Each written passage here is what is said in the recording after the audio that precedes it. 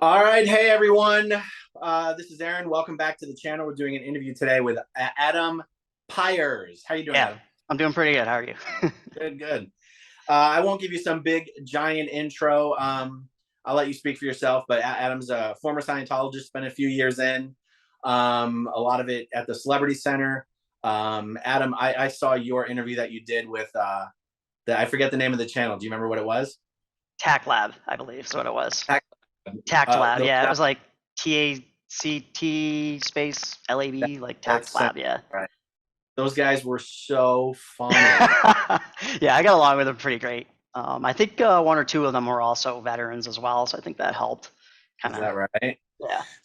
So I've heard the version of the story that you did with them. That was about an hour, 20 minutes, I think it was. Yeah. Um, and those interviews are funny because they well, they ask the funniest questions.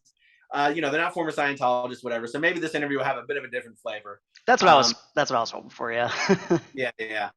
And I'll tell you what, one of the difficulties in doing interviews of former Scientologists talking to a former Scientologist is it's easy to talk about things in a way that someone who doesn't understand all the Scientology language would understand. I don't want to bend too far over backwards in trying to explain every little thing so that literally anyone watching can understand. So we'll be as relaxed as possible. It would definitely be easier for me, I think, because I know you're an ex-Scientologist, so I know I can use phrases. Yeah, Because it's like harder to explain it in a way that outsiders could understand. You know what I mean? Where you can just pick up a quick Scientology's type word, and yeah, yeah, yeah. where another ex-Scientologist or Scientologist would understand it. Yeah. Yeah, I think the conversation is more fun if it can just be fluid the way you and I would talk to each other. And if I feel like anything really requires an explanation, maybe I'll jump in with something, but we won't go crazy with it. Yeah. Yeah. Okay, so what? Let me start out this way. Well, okay, for everyone watching, give them the real quick history. How long were you in? Like, when did you get in? How long were you in? When did you get out? Okay. I got in 2005. Actually, when I first found out about it, I was 19. Um, However, I joined the Navy in 2007 to 2011. So during that time, I called myself a Scientologist, but I only had basic introductory courses. But I got heavily involved in 2013 when I moved to LA and started regularly going to Celebrity Center International in Los Angeles. And that was until either 2018, 2019. I can't remember exactly which year, like it was done and over with, but it was around that time. Yeah. Okay, so let me see if I got it. Started Scientology 2005, joined the Navy 2007, in the Navy until 2011. Yep. Got out of the Navy. So, but that means you were you were in Scientology for more than just a few years. Yeah. Yeah, I was. So so so is it accurate to say you were pretty much regularly doing Scientology from 2011 to 2018, if not 19? I was definitely regularly doing Scientology from 2013 to about 2019, like very Okay, regularly, daily, grinding. I was their superstar kind of that's a lot. thing. That's a Yeah. lot. Yeah. That's a lot. I know most people are in and out of Scientology much faster than that. Yes, definitely. And I saw you finished up at least through grade three. Yeah, I was on grade 4 when basically I ran out of money. Yeah. Okay, so that's the short synopsis. What would you say is there a main aspect of your Scientology experience or story that you think is the most interesting that you most want people to know about? Oh man, there's so much, but I will say, I mean, one of the biggest reasons why I reached out to you and have started becoming more public about it is because, um, when I see, I've obviously watched your channel. I've obviously seen Leah Remini's work, and I don't know. Every time I would just watch some things, I feel like there was these little things that I would pick up where I just kind of had like a different viewpoint on it, if that makes sense. Mostly because Like I know Leia, she more or less grew up in it. She's more or less was a second generation Scientologist. I believe you were too, right? A second Yeah. generation. You were pretty much born into it. So for me, I wasn't born into it, and like I said, I didn't even know it existed until 2005 when I was about 19 years old. So I So guess for okay, me, so it's yeah, more of just I can't think of a specific thing, but I just know that I've watched a lot of work from other ex Scientologists and just had like some slight disagreements. I can't think of anything off the top of my head. But I that's mean, the biggest thing is that I I, just feel like I kind of have a little bit more of a unique perspective, being that I came from a traditional kind of American upbringing. I was raised Catholic, and I grew up kind of in a small town in Massachusetts, and I wasn't for people my age. Most people were second generation, and I was more or less the only first generation in my age range that I really knew. There was a few other people that were like just getting into it, but they didn't last long. They got out much quicker than I did. Um, I really gave it a very honest go of it, in my opinion, anyways. Especially considering interesting. the amount of years that I stayed in. Yeah. So during your time in Los Angeles, you're saying that out of everyone you encountered, the people who were about your age, almost exclusively were people who were born and raised in Scientology. Yeah, yeah. There was to be honest, now that I think about it, there's only one guy that I can really specifically remember was new to it, and I twinned with him on the first level of the training side of the bridge, my HQS, the Harvard Qualified Scientologist, and he did the beginning training routines with me, and he pretty much left shortly thereafter. He didn't last very long. One question that people might have is that you were at the Celebrity Center. Mm-hmm. It would be easier for people to assume that only celebrities are supposed to be at the Celebrity Center. How did you wind up at the Celebrity Center? Why didn't they tell you to go down Sunset Boulevard over to LA Org? Because I was a musician. At that time, I was in the process of writing my first album, and I would do a lot of the events at the Pavilion. They would have an open mic there, that kind of thing. And I very quickly made friends. I'm a pretty type A personality. I did car sales for a long time, so you kind of have to be. And so I very quickly made friends with a lot of people very quickly. And I said that again. Sorry. But yeah. Sorry, I'm Oh, getting like a so little you lost show here. up in LA. Yep. No, but you show up in LA. It's Mhm. not like you walked in the door and they were like, "Hey, who are you?" And I you're like, called "Oh, them is before I this?" even left. So when I got out of the Navy, I got out of the Navy in 2011. Stayed in Virginia for a few years, got involved in the car business, and decided I wasn't happy. I wanted to pursue something bigger in my life instead of working at some just local dealership, that kind of deal. And I was like, you know what? I'm still young. I'm going to take my shot. I'm going to LA. I'm going to get on lines at CC, and I'm going to try to make it big in music. And LA is the place to be. Why not do it? So I called. I originally called my FSM, my field staff member, who was the executive director at the mission that I got started in Albany, New York. And he got me hooked up with Celebrity Center, people at Celebrity Center. So I called them before I even left Virginia. And so they knew I was coming. That makes sense. Yeah. That makes sense. That makes sense. Yeah. Okay. And they knew who I was. They knew I was a musician. They knew I was working on an album. They knew I was performing live. They knew all that. And so that's why they allowed me to stay at the Celebrity Center, I guess, and didn't send me off to somewhere like LA Org. And I definitely have seen people get switched from Celebrity Center and get sent over to LA Org or another org. There's definitely a pendulum swing that occurs out in LA between like if CC's their stats are down, then they're going to open the doors and let anyone who wants to be on CC, because people would rather be on course at CCN than LA Org, because CCN you can run into celebrities and LA Org is just well, at that time was kind of a piece of crap. Um, Yes, it was actually.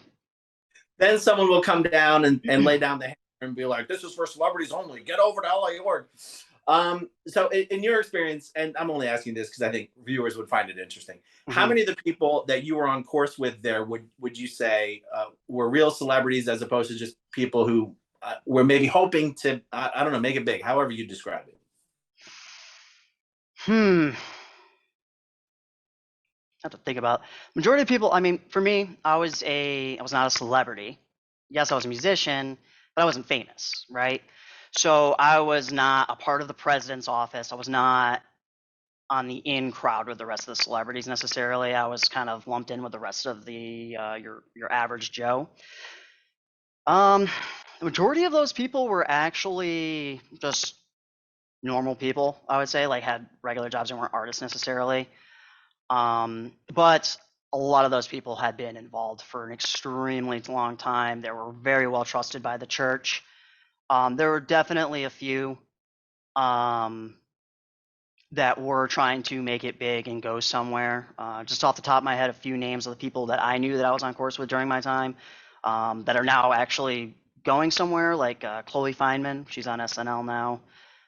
Winnie Laundrie. I know she's still trying to be an actress. I actually saw her in an ad recently. I keep seeing her in an ad here on YouTube. I can't remember. It's like an insurance ad or something like that. But yeah, Winnie Laundrie. And them too specifically, I know because they were twinned together on SRD, and they were doing SRD the same time I was. Um, Definitely a few other people that were like musicians or trying to be actors. My roommate was going to CC. He wanted to be an actor. He wasn't famous, but he had booked some commercials and some modeling photo shoots and that kind of thing. So they're definitely, I would say maybe majority were regular people, and then I would say I don't know, maybe 80% just to give an arbitrary number, and were like just regular people, Yeah, and then okay. probably another 20-25% or something like that were actually artists trying to do something. But like I said, That that's makes just in my circle of the average Joe thing. Obviously, president's office is all famous celebrities, right. opinion leaders, artists, that kind of thing. Adam, where's your mic located? Is Right it here. is it hitting you in any way when you're talking? No, but it's old. The plastic's getting old, and Oh, it'll okay. kind of creak a little bit. I'm It'll be fun. not much else I can do about that. You I'm know, sorry. one of the ways Scientology defines celebrity is that anyone who's a friend or a family member or a member of the entourage of a celebrity is, for Scientology purposes, called a celebrity. So that might explain why you have a general inflation of people who are on lines at CC, but may not meet your normal definition of celebrity. But Yeah. it sounds like for the most part there are people, at least in the industry, working in the industry, you know, Hmm. professionals in the industry to some what would you say is the main thing that kept you in Scientology for as long as you were in? Hope. That's the easiest way I could sum it up right there is hope. Hope that my life was going to change in a huge way. Um, as we started this. I got in 2005, and that was because of Tom Cruise. I got involved because of the Reader's Digest article he did. He was interviewing, promoting World of Worlds. Scientology came up. First time I'd ever heard about it, and I went online, went on their website. Obviously, I'm a 90s kid. I'm very tech savvy, so I'm all over the internet looking them up. Not just from them, but I'm looking at all sides, right? So I saw the what's it called, the Fishburne or Fishbach Oh thing. yeah, I that's knew a the total Xeno scam. story before I even got involved. I knew about You it. know that's a total hoax, right? Was it? I The, thought that was the Xenu story. the Fishman, yeah, but Fishman himself is he's a hoax. Oh, okay. I did not know that. Oh yeah, total I had hoax. actually hadn't even thought of that until now. Like I haven't even thought about it since 2005. So I haven't actually kept up on that. I didn't know that. Meaning his story is a hoax. Anything he said about OT3, I believe, was accurate, but his story about who he is and what he was doing and Oh, what okay. role he played, total, very well constructed hoax. There's only I don't want to derail the conversation, but Hmm. there's only one. because I watched the whole video. Was it a deposition? What was it? There was Fishman something. I totally forget what video it was. If it was a self-recording thing Mm, or if it wasn't a deposition. well, at It that might have been a time, deposition. I think I read a deposition or something like that. Or I think Yeah. actually, I don't know, it was something, may even have been something from Angry Gay Pope. I don't know if you've heard of that guy. Yeah, I of know I course. ran Don. into him, into his stuff online. Um, I just remember reading something about it online. It could have been a deposition. Yeah. I don't remember exactly. It was a No, long but time like ago. you know how specific the Scientology terminology is, and it would be almost impossible for a Scientologist to misuse certain terminology. And Fishman, in something, he was very, very convincing. Like the guy clearly did a ton of research. He's clearly a top tier con man. Hmm.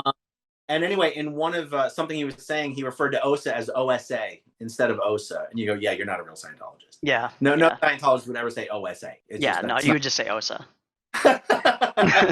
And but anyway, okay, so 2005, Tom Cruise was going like that was peak crazy super Yeah, Scientologist Tom Cruise. it was. Okay, I didn't look at it that way and though at the time.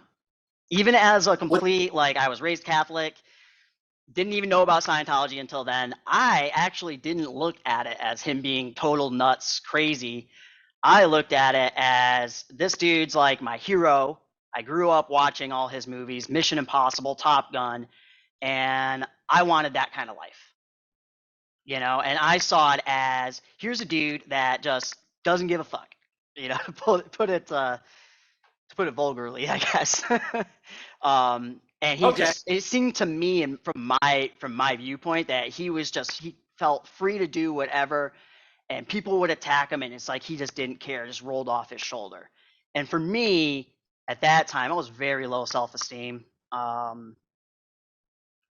grew up in a little town. For me, I didn't think I was ever gonna make it somewhere in music. My parents were, well, not my parents. My dad was working against me on that, like, oh, it'll never happen. That kind of thing. And so I just had very low self-esteem. And for me, it was very inspiring to watch him just kind of go off the rails like that and get all this criticism, and it just rolled off his shoulders. He didn't care. He was still successful as hell. And I was like, yeah. that's awesome at the time. Okay. Anyways. So he mentioned Scientology, and that's enough to get you interested. And you're in Albany when you first go into a Scientology mission. Yeah, I didn't grow up there. I live in Western Massachusetts. It's an extremely low populated area. So the closest mission to me was Albany. Mm-hmm. Um, and then not only that, but it was very shortly thereafter that the Matt Lauer interview happened.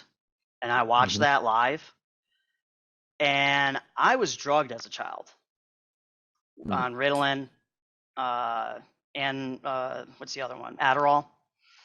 Mm-hmm. And for me, I had nothing but a bad experience with that. It was nothing but side effects, caused depression, suicidal thoughts, just a whole, it made me worse, far worse. And my parents were divorced. My father's side of the family absolutely hated it. My mom wanted it. And my mom had custody. They went to court over it. Court ordered that I take it. So I was Wow. actually legally forced to take Ritalin and Adderall against my will as a child. And I felt very helpless at the time because I just couldn't, I had no control of these things that were happening to me. So when I saw that in Wild. 2005, and he was just railing against Ritalin, I was like, that's my dude. It was very inspiring for me at the time. It's crazy that you mentioned that because that's all popped into the media big time over the last week. Yeah. Yeah. I actually just saw your video recently about that, and I was like, oh, wow. And I think I've been seeing it on Twitter, popping up a little bit here and there. You mean my video about the Matt Lauer interview? Yeah. Do you know why it's popped up in the media though? I believe you said something in your video. I don't remember though, off the top of my head. No. This is like I did that video about a month ago. Just a new study came out last week. Yes. There was like a new study about how it was dangerous or something. I don't remember exactly. This I know I read something, but I and don't. I'm going to be I'm going to be very careful how I choose my words on this because I've seen it reported, I've seen it misreported, and the truth is, you never really know what the fucking truth is. Mm-hmm. The big headlines are that there's no such thing as a chemical imbalance, and that's been a myth. The headlines are basically the myth that these mental illnesses are caused by a chemical imbalance has been busted. It's not true. Yeah, and they always say that at I've the end of also their seen on the commercials report. too. That What's it's that? they always say that at the end of their commercials too. Like, well, in the past, anyways, you watch like a antidepressant commercial or something like that on TV, and they do that little fine print reading at the end, and they always say, while the exact causes of depression aren't known, we believe it is caused by a chemical imbalance. They That's were very right. careful about their wording, legally speaking, on that. Yeah. And it would probably be a mistake for us to try to get into the science too much because even scientists fucking get misinterpreted and misreported and misquoted and all this kind of shit. Mm-hmm. But essentially, because the headline version of the study results have been no such thing as a chemical imbalance. Mm-hmm. You have some media personalities going, "Oh my God, look, Tom Cruise was right all along. He's been being ridiculed for this interview for 20 years, Mm-hmm. and this whole time he was right." And my response to this has been, I'm the last guy who's going to go out advocating that kids get put on drugs. But I feel like using Tom Cruise as your poster boy for that argument is a mistake because the only reason Tom talks about kids on drugs is because that's the one piece of his argument he can easily get agreement on. Mm-hmm. I find it hard to use Tom as the poster boy for that argument when his real argument is that no one has ever been helped at any time for any reason by any type of therapy or drug ever. And you go, Mm-hmm. okay, I don't think that's the guy you want to hang your argument on. But that's why it's been in the media recently. And not only that, but that actually kind of legitimizes Scientology to a degree, I think. What does? Because, well, you see this thing going around, like on Twitter, for example, and people are saying, well, Tom Cruise was right. And everyone knows that Tom Cruise is a Scientologist. You know, if you know who Tom Cruise is, you know he's a Scientologist. That's kind of a immediate, side by side there, right? Yeah. So to No, I my mean, to you're my right. Look, viewpoint, it kind of legitimizes Scientology, which is actually a little scary. no, it's true. I mean, some of the coverage I've seen on it has said when Tom Cruise, the crazy Scientologist, is more right talking about these conditions than doctors and scientists and psychiatrists, something's horribly wrong. And I was like, okay, forgive this analogy for a moment because I've been thinking about this for a while. Yeah. It's like if Hitler would have been quoted as saying, everyone, segregation is not the answer. And you're like, yeah, but he's saying that because his solution is so much worse than segregation. Mm-hmm. And then people go back. This is totally theoretical. Yeah. Okay. And then people go back and they're like, Hitler said segregation was wrong. Even Hitler said segregation was wrong. And you're like, that's not why he said it. Mm-hmm. It's like the intention behind why you're doing what you're doing, basically. What's your hidden agenda there, or whatever. But here's why it's hard for me to talk about this at length, because I'm not for 1 second going to say I'm in favor of putting kids on drugs, but I'm also not going to say no kid has ever been helped by it for any reason. And it is a bit cringy to see not everyone, a lot of people be like, Tom was right, because you are right. There is an inadvertent halo effect on, well, Scientology must, have the right position on this. But anyway, I mean, but look, clearly, in your experience, it was bad. Mm-hmm. So you're watching Tom Cruise, and then you see him on the Matt Lauer interview, and so everything he's saying is resonating with you. Yeah, and for me, growing up in a very small town, it can be really hard to find your place. My town had a population of about 7,000 people, so it definitely can be very hard to find the right kind of friends, find where you belong. I was always an outcast growing up, being the shortest kid in school, and then on top of that, I'm a musician, so that's kind of seen as a little weird because all of the rest of your peers, they're like, oh, I'm going to go to college and I'm going to get into IT, or I'm going to do business administration. And it's like, well, I want to join this band and go be a rock star. No one actually says that seriously, but I was at that time very serious about it. So for me, it was a very hard to find my group. Um, and so for me, all that, just those few things right there really just kind of raked me in right away. And I was like, these are my people, I think.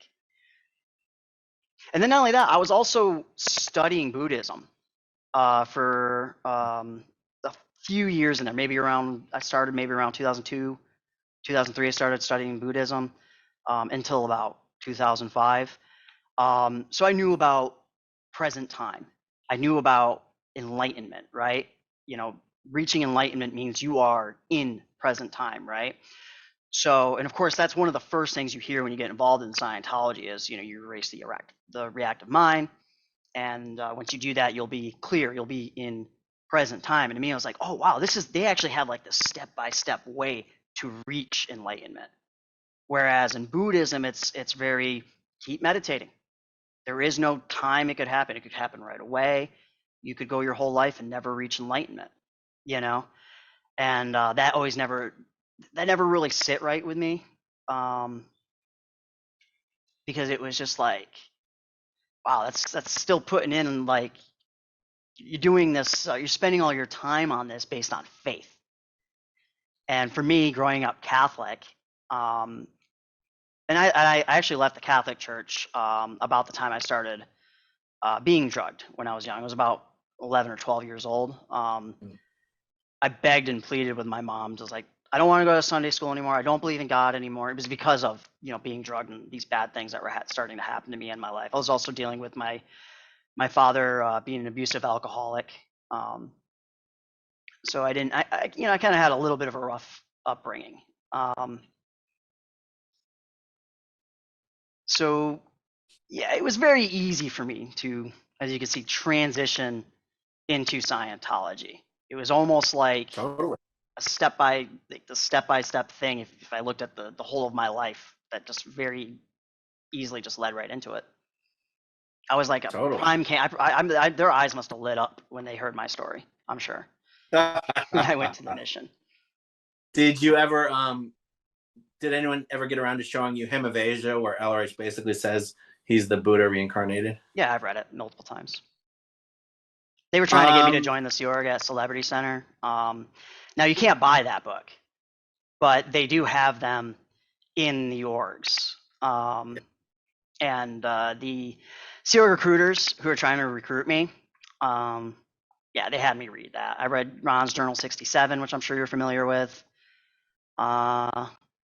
Trying to think of any of the other things that are just not out there anymore. But does he mention Buddha in RJ 67?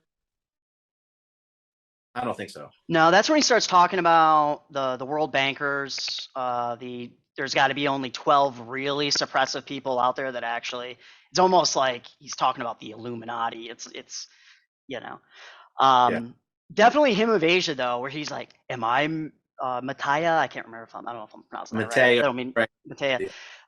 He's like, "Am I Mattia?" It's like, wow, dude, way to be nonchalant there. That's what I actually thought in my mind when I was sitting down there in the recruiter's office at CC reading this. And he's like, am I Mattia? And I'm like, wow, dude.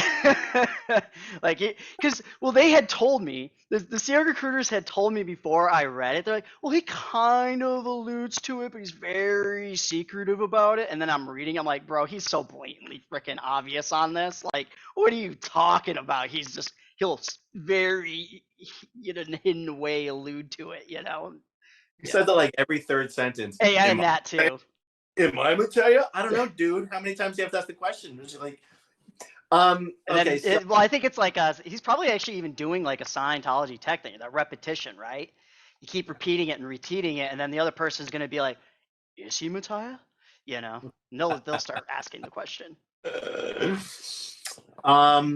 Okay, so you said earlier that what kept you in was hope. So what I want to clarify there is, was it more hope that you would achieve personal and professional success and happiness, like it was a practical sort of look at what Tom Cruise is kind of doing, or was it the hope about anything you read or whatever about the state of clear and the state of OT and stuff like that? It was definitely more success driven. I know you're going to understand this as a ex-Scientologist. I have always had this sort of feeling on the inside of like a serenity.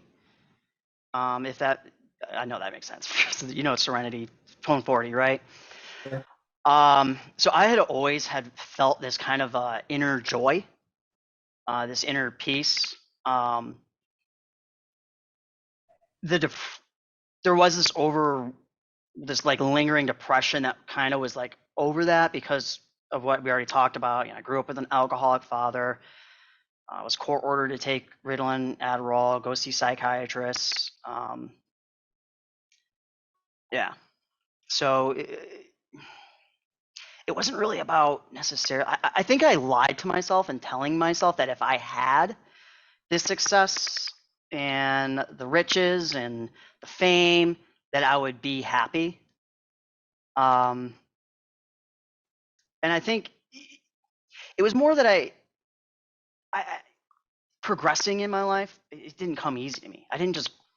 I worked so hard in my metal band. You know, back home in Massachusetts, we were touring around New England, and I just was never making it anywhere in life. And I mean, that was that was my ruin, right? Was this fear of actually trying to reach towards real success, I guess. I feel like I'm missing something in that, but we'll go with that for now, I guess. So let me. So I thought you said though that you always did have a feeling of serenity.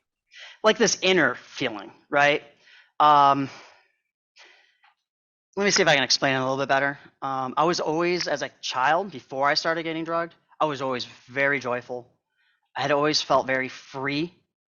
I grew up in the Appalachians, out in the woods.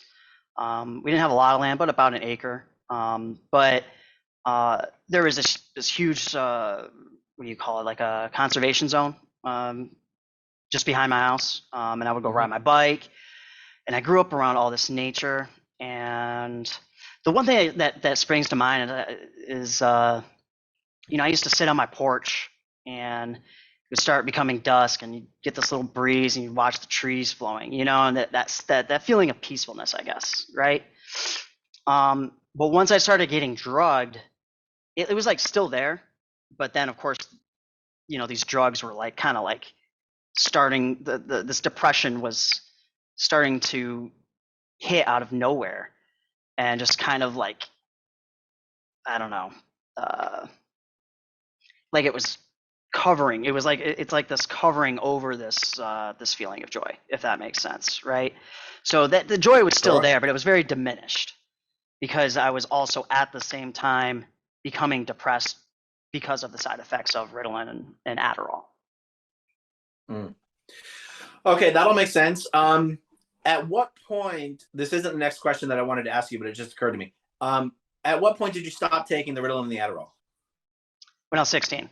I mean, my whole time as a child, I fought hard to not have to take it. I was quite rebellious. And my mom finally said, she had gone and talked with my doctor, and he gave her this like form to fill out and have one of my teachers fill out about my behavior in school. And then that would go back to my parents and my doctor, and then they would make a decision from there. And of course, I went to my favorite teacher. He was a major pothead, but he didn't believe in unnatural synthetic type drugs. So I knew he was the teacher to go to. And I handed him the form, and of course, he wrote something very, very favorable for me. And I brought it back to my mom. My mom brought it to my doctor. My doctor was like, "Okay, he must have grown out of his ADD. We can take him off the pills now." Okay, so you were finally I'm off. Well before you joined the Army or the Navy, I mean. Yeah, I didn't join the Navy until I was 21. Okay. Yeah, in 2007. So what Scientology services did you do the couple years before you joined the Navy? Majority of the life improvement courses, they're beginning $25 pack books that you can do. I Yeah. started with personal values and integrity, I believe. But just the Div 6 courses, all the intro ones. Yeah, and then I did success through communication. Okay. Did you do any major courses? Not at the it was a mission. It was an extremely small mission. They didn't even have their own building at the time. They were just a little office in an office building. But I mean, I think the most training a mission can deliver is student hat. I can't remember if they can do pro TRs. You couldn't even do that at that mission. The highest you could do was was your Purif, and even that was a pain in the ass because you had to do it at the Y because they didn't have their own facilities. This isn't like, I don't know if you know about Los Feliz mission owned by Patrick Renna. That's in LA, but that's like the ideal mission. It's In basically Scientology's eyes. Yeah, basically. Yeah. I mean, I even believe they can deliver up to clear there, or maybe not clear. Maybe I think up to grade 4. I want to say. I know they can do some grades. I believe. Any mission is supposed to be able to deliver up through NED, although they're not supposed to be able to deliver CCRDs. I think you have to do that at ASHO, right? Yeah. But okay, but so. But I basically did everything in intro you could do before hitting the Purif, more or less. Okay, and so by the time you joined the Army, you hadn't done any major courses. Navy, sorry. I was in the Navy, not the Army. Sorry. People do that all the time, though. It's okay. No need to apologize. I'm used to hearing it. Did you have any auditing before you joined the Navy? Yeah, just book 1, Dianetic. Regular Dianetics auditing. Not even like self-analysis auditing or anything like that? Nope. Okay, interesting. But by the time you joined the Navy, those how many years were you in? In the Navy? Yeah. 4 years, 07 to 2011. Okay. You considered yourself a Scientologist the whole time? Yeah. But there's no way to I would tell people I was a Scientologist, but I wasn't. What? I would tell people I was a Scientologist, like on my ship. I was actually very hidden about it for a while. It actually somehow got out, and I was on a ship of only a crew of only 300 people. Word spreads very, very fast, within a day, within hours, actually. So as soon as one person found out, the whole ship knew. The whole ship knew. So at that Why point, was it big news? there's no denying it at this point. Why was it big news? I was the only Scientologist on that ship, or the only person that claimed to be a Scientologist on that ship. But like, and everyone else, it was very weird. And this is now, you're looking, just, let's see, I got in the ship by the time I got to my command, it was 2009. So this is just 4 years after the whole Tom Cruise thing. It's still fairly fresh in people's minds, And the overwhelming public opinion was that it's absolute batshit crazy. From what I had gathered just from my shipmates, just talking to normal people, that are out on the outside. Well, I was going to say, the original Top Gun was one of the biggest Navy recruiting tools in history. So yeah. I wondered if the Navy people had a soft spot in their heart for Maverick in Scientology. No, I think when it first kind of started going out, people started asking me about it. They would be like, "Oh, you're a Scientologist, like Tom Cruise and Top Gun and all that." That was basically how they would talk about it. Did any of them have any interest at all, or were they just kind of hazing you about it? I never, surprisingly, actually wasn't necessarily hazed because of it. But I was fairly well liked on my ship, anyways. I had a lot of friends. Like I said at the beginning of this, I make friends easy. So they didn't really haze me necessarily about it. I think some people were just curious. Not that they were interested, like, in getting into it themselves, but just curious to know an insider's point of view, I think. Sure. However, one person did leave a L. Ron Hubbard science fiction book on my rack one day. I still to this day have no clue who did it. No clue who did it. It was Yukon Madness. I actually believe I still have it too. Yeah. Interesting. Okay, so nothing. No one showed any genuine interest there, right? No. I didn't want to recruit anyone either. Yeah. I understand. Yeah. So, I want to know if. So I totally understand. Actually, I'm sorry. Just one quick thought. I did remember, however, I was, believe it or not, I was on deployment in 2010, and someone from the Sea Org had called me, harassingly, actually, and ended up regging me on all my basics books and lectures. And believe it or not, I can't believe that I kept answering the phone calls, because I actually got extremely pissed off with this. It was this one person that kept calling me, and I got extremely pissed off with them because my deployment was, I was in Haiti just a few days after that earthquake, and I was on shore every day for almost 2 months dealing with that bull. I shouldn't even say bullcrap. It was a tragedy, but dealing with that tragedy, you know what I mean? And actually being there in that kind of environment, it screws with you a little bit, right? So for me, I had felt extremely like insulted. That it's like, can I swear? Is that on your channel? Is that okay? Yeah. I don't. I try not to. I'm very unfiltered actually in real life here, so I'm trying to rein it back a little bit. But in my opinion, it was like, who the fuck are you? You know, I was like insulted, right? I was like, who the fuck are you to insult, or I'm sorry, insult, to harass a military member who's on a current deployment and literally is in Haiti dealing with this catastrophe? You know, who the fuck are you to fucking make harassing phone calls to me? You know, especially after I tell you to stop calling me and you still keep calling me and not, you know. Did you And know the that person? was, I got really upset. And all of that, somehow she magically, uh, handled me, as Scientologists would say, and actually reached me somehow. You bought anyway. Yeah. And I Did you think know the actually person? she used the whole Haiti thing against me. I think at that time she had made my ruin to be how screwed up I was over my time in Haiti. Wow. Yeah. Did you know the person? No. There was some Sea Org member in LA. I actually did end up meeting that person though years later when I actually moved to LA. Like, what org were they calling you from? It was one of the not one of your like standard public orgs. I want to say like CMO They were calling you from OSAC. or They were calling you from middle management. yeah. Yeah, it was definitely one of the upper levels. Yeah. I had someone from OSA Int call me around that time. What year would this have been? It was 2010 in January, February, March timeframe. 2010. Yeah. That's much later than I would have guessed. That's incredible. How much was it? Oh God, thousands.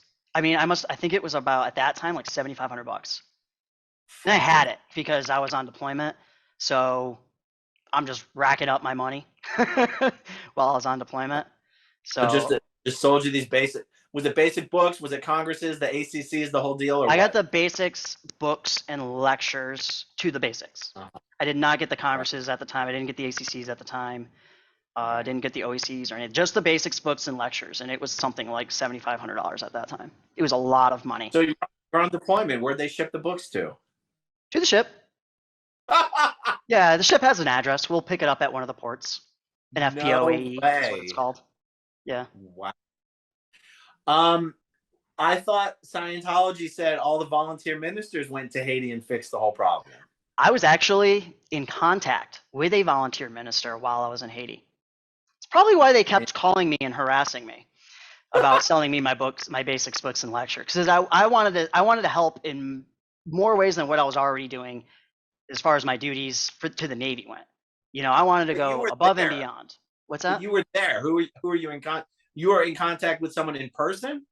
No, over email, I believe. Were they in Haiti? Yes, at the airport. I wasn't at the airport. So my ship pulled into the bay of Port-au-Prince. We anchored, and then I was on what you would call an amphibious ship. So we had these, the landing craft that would go. We'd sink the ship down, flood it, have the landing craft come out, and then you'd have ship personnel that would take the landing craft in because there was no their main pier was destroyed in the earthquake. So we had to take landing craft to go ashore every day and to go back to the ship. So we had set up a base just next to the city of Port-au-Prince. It was called Killick, and it was strictly just a medical base. And we were mostly just using it to triage and get them on a helicopter and get them over to the am I going to say this right? USNS Comfort, the hospital ship. That was basically our main mission there, was to set up a triage area and treat what we can on the ground, stabilize them basically, get them on a helicopter, get them over to the Comfort. If they died, throw them in the pit. We had mass graves. There's the only way that you can handle all the bodies basically. Wow. Yeah. So they were at the airport. I was in Killick, which is just on the. So if you're looking eastward, toward in towards the bay or in towards Port-au-Prince, it would be on your right to your south is where Killick was, in that little cutoff area, and I believe the airport was more inland, more east. So what were they in touch with you for? They were in touch with me trying to get supplies. Get supplies? Yep. Not provide supplies. No. They were trying to get. It actually almost screwed me over, like in a political sense, in the Navy, for even asking. Right. I had a not so friendly conversation with my command master chief, which is your highest enlisted person on the ship, besides an officer like the captain. Right. I had a very not so pleasant conversation with him over it for even asking. Because they were very concerned over our operational security, because I was in contact with someone, with a religious organization, outside the ship. Because we're supposed to be maintaining, you're not supposed to be telling just regular people where you are when you are, if that makes sense, right? It's supposed to be very delayed timing.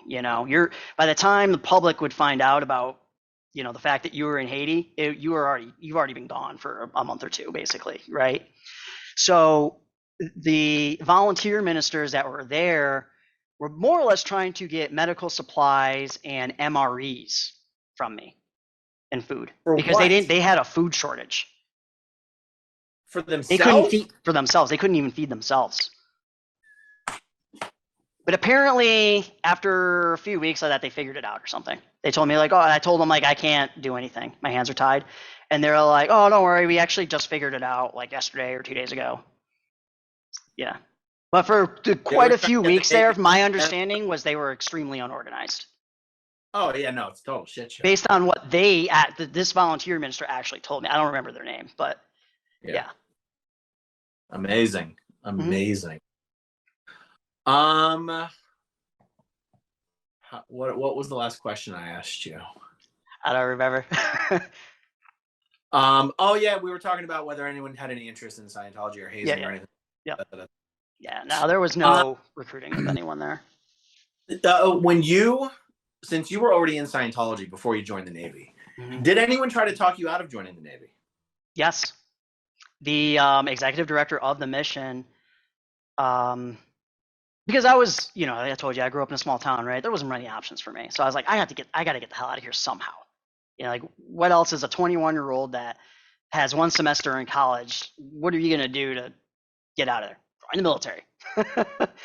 And not only that, but I wanted to have an experience. I wanted to see the world and do all that. And it was easy for me because my stepfather was in the Navy as well. My dad had also served in the Air Force. Well, my dad's time was very short, but yeah, the executive director, he was like, don't join the Navy. They program you, and you're gonna have to do a lot of deprogramming when you get out, and you won't even know if they've drugged you and hypnotized you and put you under the Mark MK Ultra. The MK Ultra, the CIA program from what was that, in the 40s or 50s or 60s or something like that. It was, and they're like, join the SEAL. You can see the world. You'll be able to go all these different orgs, and you're a very able guy. You're very smart. You're very well put together. Very disciplined. Instead of giving that to the Navy and to the the government, why don't you help out an actual good cause? It's actually trying to save the planet. That was more or less how they were trying to sell me on it. And the crazy thing is, this guy was just a mission owner, right? He had a regular job. He had his own painting business. He wasn't a trained Sea Org recruiter or anything like that. But he was definitely trying to do that hard sell, basically, to me. Yeah, for sure. Yeah. But I made up my mind. I was like, nope, I'm joining the Navy. They weren't that happy about it. Yeah, it is. It is so ironic that Scientology is so vehemently against any members joining the military. Government in general, actually. What's that? Just government in general. Working True. for the government in general, yeah. Well, true, but like, from my understanding. Well, the government is so broad. Like, Yeah. if someone were going to join the Department of Health and Human Services, I don't think Scientology would worry about them being PDH'd. Yeah, I'm sorry. I mean more like military, FBI, CIA, political office, that kind of thing. Anything to do with military or intelligence, especially IRS, is considered radioactive. Mm-hmm. And Hubbard has this idea, well, that the entire military industrial intelligence apparatus is out to get Scientology, and so they'll PDH someone, pain drug hypnosis, and create like sleeper agents to go in and infiltrate and sabotage Scientology. Mm-hmm. And the fact is, if you so I grew up with a kid that grew up in Scientology. He's one of the only Scientologists I know of who actually joined the military, but it was under the strict condition that he refused to let himself get reassigned into military intelligence. Mm-hmm. Because if you're in military intelligence, you're an illegal PC. You can't get auditing for the rest of this lifetime. Mm-hmm. Because LRH was so fucking paranoid about the military sending in people to destroy Scientology. Oh yeah, trust me, I know. It was a problem every time with ethics. Every time I would go in before doing, how you go to ethics before you start a new course, make sure you get checked out and whatnot. Every single time I would go down there, it came up, it was an issue, and I had to convince them over and over again that, look, yes, I had a secret clearance. The only secret information that I had is now expired. The only thing that I actually knew that was secret information was how much ammo we had on board the ship. That's it. In torpedoes. Torpedoes are not secret. They're confidential. Sorry. But that's the only kind of classified information that I knew. And I had to be very clear about that to them. How did they explain to you what their concern was? It just came up in an A to J. It just came in. It just came up as the question, do you have a secret clearance, or do you have any kind of a security clearance? Yes, because secret clearance lasts for 10 years. So I joined in 2007. My majority of my time at Celebrity Center, I had a secret clearance, an active secret clearance, until mine didn't expire until 2017. So that was also the big thing, because I had an active secret clearance. That was also an issue. It was also an issue that a couple of my friends were intelligence specialists. They really, really did not like that, and I had to be like, look, I just keep in touch with them. We keep it very short. I don't talk about Scientology. We just talk about the good old days in the Navy. It was a problem every single time, and I had to repeat myself over and over. They must have had a stack this big of just me saying the same freaking statement over and over again. Yeah. They were definitely. It definitely was a little suspicious to me. It's fucking weird, right? Yeah. I've seen it come up a million times because there's a lot of countries where the citizens have mandatory military service, including Israel. Mm-hmm. And there's a lot of Israelis who are Scientologists, and this is an example of something that comes up, like you said, every single time a new CS looks at the folder or a new ethics officer gets on the lines, it's, oh my God, this person's a security threat. We need to get him out of here immediately. Mm-hmm. And then it's like, oh fuck, not again. And the ethics office was also kind of a revolving door there at Celebrity Center as well. Right. There was always a new personnel down there. The biggest irony about this Scientology hang up on the military is Scientology likes to use L. Ron Hubbard's military service as something, to beat everyone over the head with. Look at what a great patriotic veteran LRH was. Meanwhile, they actively almost prohibit any of their members from ever joining the military. Mm-hmm. It's just one of those things that's so fucked up. You want to hear something interesting? I knew the entire time that I was at Celebrity Center that what they were saying was a lie. That what? Who was saying? The church. What they portrayed his service as, I knew it was a lie. I knew it was a lie the whole time. How? I mean, it was obvious to me. Ribbons that just didn't even exist during that time.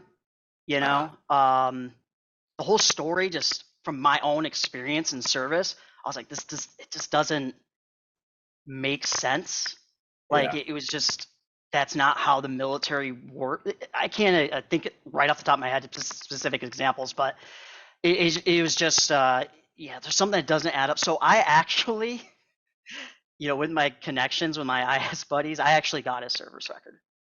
Really? I don't even know if it was actually online at the time, but I didn't want to go digging online because I wasn't sure it would actually be real. And it's like, bro, I can just go actually get it from the actual source and know that it's real.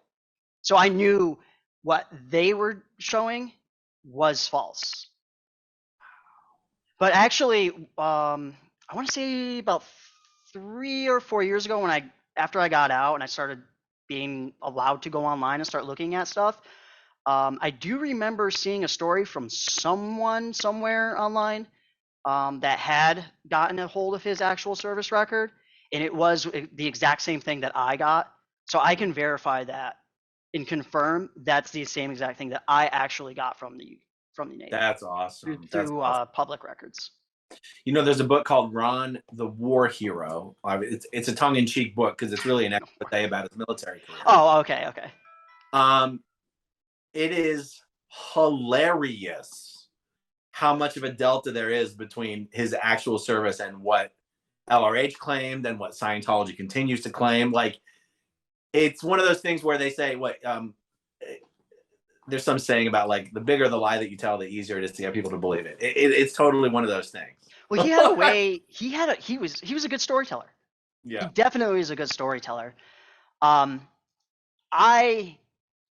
mean, I already knew obviously that it was a lie, but I could even tell, listening to his lectures whenever he talked about the Navy, or reading it in one of his books or something whenever he talked about the Navy, I could tell that. I mean, he was just doing what there's a lot of military members. They'll just kind of like exaggerate a little bit, make it sound cooler to the people that haven't been in, just to make themselves seem more interesting. And that was totally what he was doing. Yeah. The way he tells his stories puts James Bond to shame. Oh, yeah. Yeah, absolutely. But I knew that there was definitely some truth to what he was saying. But I knew that he was definitely exaggerating or overstating things that he had done. So because I don't know what is in a military file, were you able to see the things like I just saw his DD-214 equivalent, what would be the equivalent of a discharge paper. Back then it wasn't called the DD-214. It was called something else. I don't remember what it was called off the top of my head. But basically his discharge paperwork is just one sheet. Shows your name, shows your ribbons, got your name, got your service number, the commands that you've been to, the training centers you've been to, the training you received. Just a very brief summary. The kind of discharge you received. It's just a very brief one-page summary. So you didn't get to see all of his seniors writing dispatches about what a piece of shit he was? No. Okay. I wasn't privy to that kind of information. Okay. Yeah. You got to read Ron the War Hero. You're gonna love it. I've seen an advertisement for it recently. I think I'm gonna have to check it out. I put it in. I talked about it in one of my videos recently. Okay, so let me ask you this. So 2005, Tom Cruise thing's happening. He's talking about the drugging thing. You're like, okay, I want to pursue that route. And then you're in for a couple of years, then you join the military, then you're out. So for your first two, and I'm going to subtract your military years from the record, if you will. Yeah.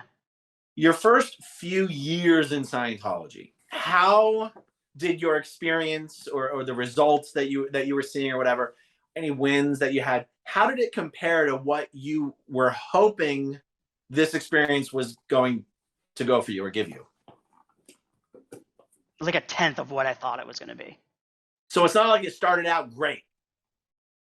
No. Oh no. I was.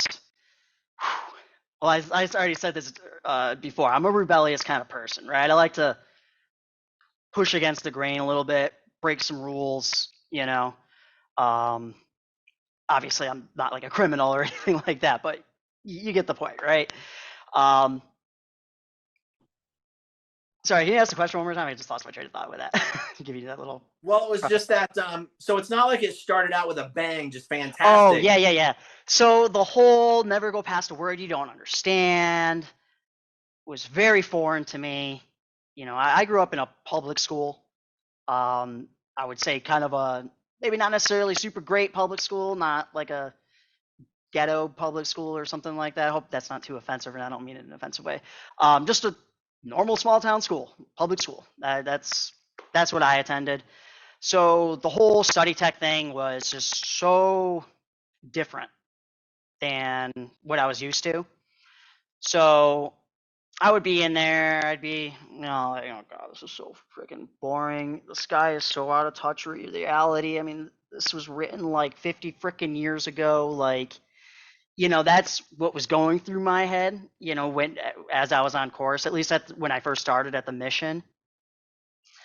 Um, and of course, the course supervisor comes up and, oh, I think you have a misunderstood word. And I was like, no, it's not at all. It's like, this is boring. I don't see how it applies. This guy is way out of touch with reality. And they would just hammer me and finally basically beat me in a submission, and I would just do what they wanted me to do. And go clear the word or whatever. I'm pretty sure it actually got to a point where I was actually like pretending that I didn't understand a word just to get them off my case, right? So I could just keep reading whatever it was. So it was actually extremely hard and slow going for me, for them to keep me going. I would say I didn't actually get hooked or feel an actual win until I did the success through communication course. That's where I actually felt like I had gotten some gain. And it's literally just the gain you would get from doing those training routines, right? Being able to just look at someone comfortably, right? That was hard for me because, as I said, I was pretty beat up before then, right? I was very depressed, didn't really believe in myself, had very low self esteem. I wouldn't look at people in the eyes. I'd be like, yeah, okay. And I was very quiet. Um, so in that regards, just doing those drills, repetition, drill something that you're not used to, and eventually it's going to become a habit forming thing. And Yeah. so I did. I got some success. I was able to communicate with people better, for sure. I wouldn't deny that, but it wasn't the kind of blow through success that I actually thought it was before doing that course. And that was actually more or less how it was for every course I ever did in Scientology. I had this idea of what it was, and my expectations were always about 10 times higher than what you actually got out of it. So where did the hope come from then? I mean, I think more just myself. Myself and, the Regs and the other staff members that were around me.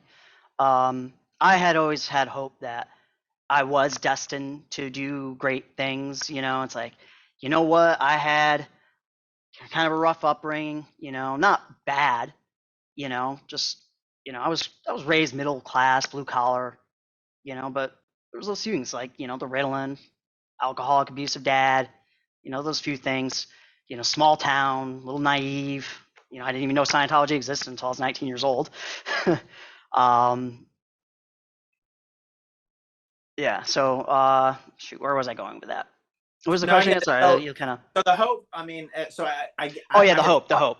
So yeah, so I had this hope that I would have something better, and then of course they would kind of meet me with that hope. Well, with Scientology, you can have these things, you can achieve these things, you have so much potential. You're such a smart guy. They kind of make you feel good about yourself, that kind of thing, and how they so the they Reg registrar you. kept rekindling this hope as a part of the sales process. Yeah. Was there any? I'm trying to. Was there anything you experienced in the Scientology experience for you, whether it was a particularly big win in auditing or on course, or seeing other people, that made that hope very even more real, or was it mostly the regs, or hearing success stories at graduation, or like what was other than the regs? Was there anything else that helped keep that going? The celebs. Mm. Yeah. I thought I basically had it in my mind that Scientology must be the secret of all these famous people. Because, see, for me, growing up the way I did, like I said, I was very naive. So in my mind, it was like, man, what are all these celebs and famous people's secret? How do they do it? How do they blow up and get to where they're at and handle all the stuff that comes their way, all this negative stuff and the negative press or whatever. I was like, man, what's the secret? There's got to be some kind of secret in Hollywood. And of course, you find out about Tom Cruise. He's like your favorite actor. He does Scientology. Oh, that's the secret. That's how it was in my mind. This is the secret of Hollywood, of what makes all these people super famous. Interesting. And then, of course, it becomes more real when you are there at Celebrity Center and you start meeting celebrities and talking to them, and they just talk to you like a normal person, and they become kind of not buddy, but they're cordial, and you can talk and have a conversation with just any celebrity that's there, basically. Yeah. I've always thought it weird that the biggest Scientology celebrities don't even seem to go out of their way to put other Scientologists in their movies. All right? Like, it's one little thing that these guys could do to create some sort of incentive for other people to join Scientology, is if it became common knowledge that these guys liked putting Scientologists in their movies. And yet the only person I know, John Travolta, would put his friend Tate Rupert in his movies as often as possible. But I think that's just because they were friends, not because Tate was a Scientologist. Well, you had Vanilla Sky, right? Tom Cruise and Jason Lee. He was a Scientologist at that time. Was he already a Scientologist at that time? He was at that time, yeah, when Vanilla Sky came out. But Jason Lee was also already famous. From skateboarding, yeah. Yeah, he wasn't an actor, but he was famous. Yeah. And yet I'm talking about, like, there's so many of these young Scientologists who want to either have music careers or singing careers or acting careers. And, and even being in Scientology and even being friends with giant stars isn't enough to put them over the edge and give them what they need, mm-hmm. The crazy thing is, too, is I was a musician, and I actually did not listen to any of the music from any of the Scientologist musicians. The only actual work that I enjoyed from Scientology entertainers was the actors, like John Travolta and Tom Cruise and Michael Pena, and back then, Leia Remini, before she left. So I had liked their work, but the funny thing is, there was no. I would talk to a lot of musicians and try to get their input, but some famous musicians that would actually help and mentor me, right? But I couldn't take their input because they were just so. I didn't even know who a lot of them were, right? Like David Pomerantz, for example, or David Campbell, right? I went to some things with him. I didn't know who he was, and I didn't really care for his music. I'm a metalhead. There's no Scientologists that are in metal, with the exception, well, I believe an ex-Scientologist, Tillian Pearson from Dance Gavin Dance. I believe he's an ex-Scientologist now. Oh, okay. I would imagine because his dad is, what's his dad's name? Obviously, last name is Pearson. He's definitely like an SP in the church's eyes. I can't think of his. Oh, for real? Pearson's the last name. What's Tillian's dad's name? I can't remember. I can't think of it, but I know that they're reconnected now, and I'm very sure that his dad is still declared a suppressor person. So he's most likely out. What's that? So he's most likely out. Yeah, that would be my opinion. But that's the only Scientologist that I know of that does the kind of music that I like. I'm sorry, and Sonny Moore, Skrillex. Okay, good. So I have said I've never met Sonny. I haven't either. The second gen people that I know from the CC crowd just talk about him being a Scientologist. Like, of course, everybody knows that. Yeah, because he went to Delphi, and they all, a lot of people I knew, they knew who he was and grew up with him, went to Delphi. And to be fair, going to Delphi doesn't mean you're a Scientologist.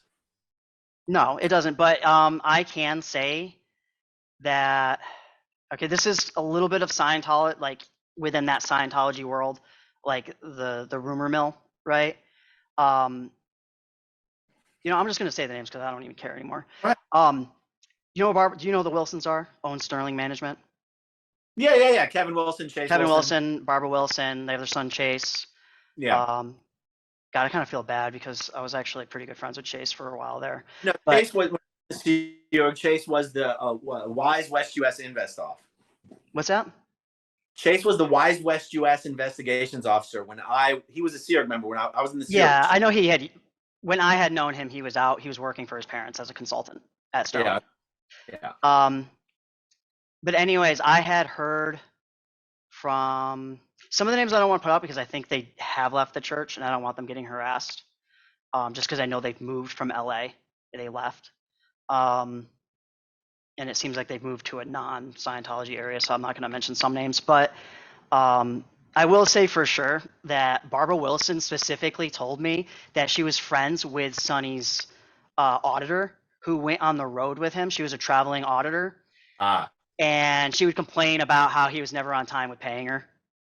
Like he was always like a pain in the ass to get money out of him. There was kind of the running joke in the Sterling office was like, he's got all this money, but he never pays people or whatever. He's always so late on paying people, but yeah, he's got the money.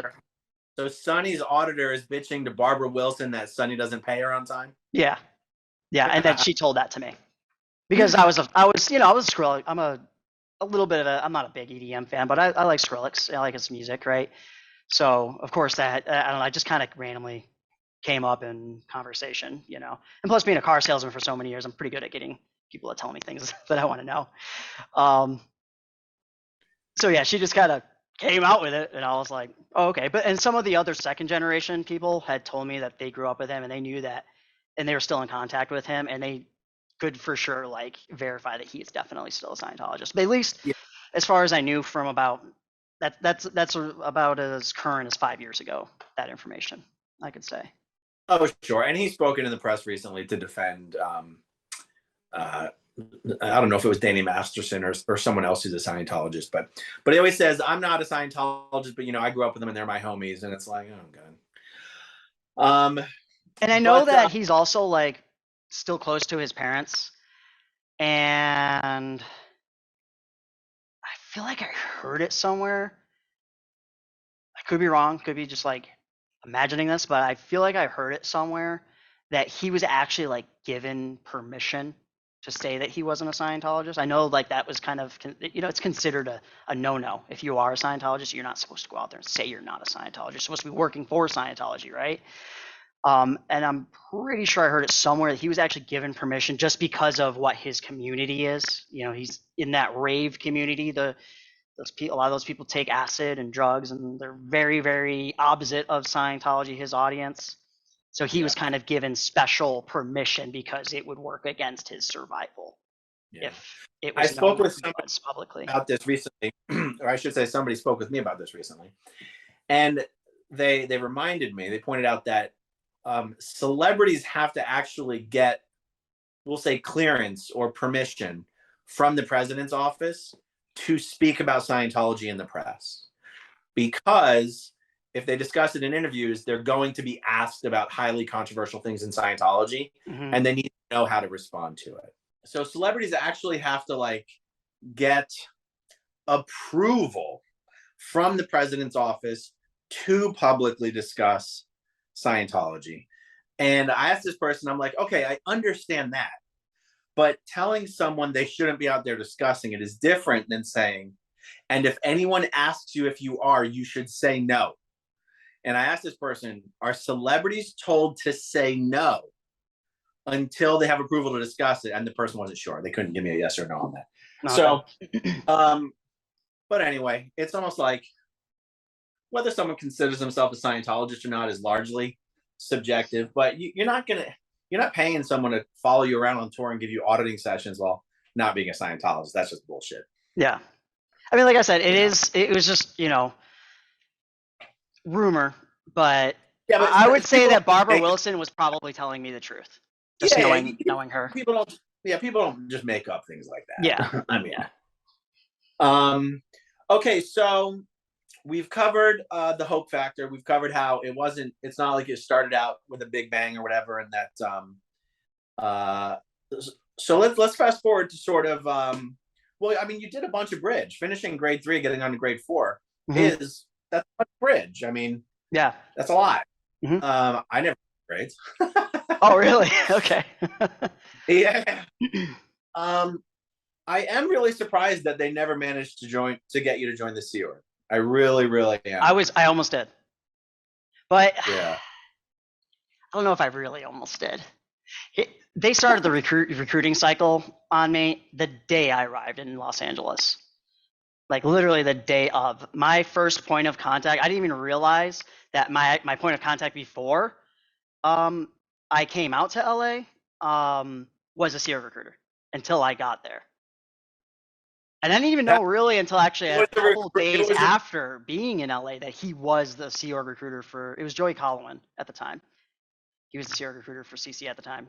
I believe he's out now or something. I know that that whole thing came out with there was this girl that pressed charges or something for kidnapping or something like that, and specifically named Joey Collowin and Joel Enriquez, who is the really.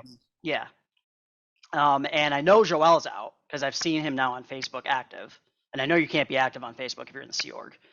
Oh, you mean out of the Sea Org? What's that?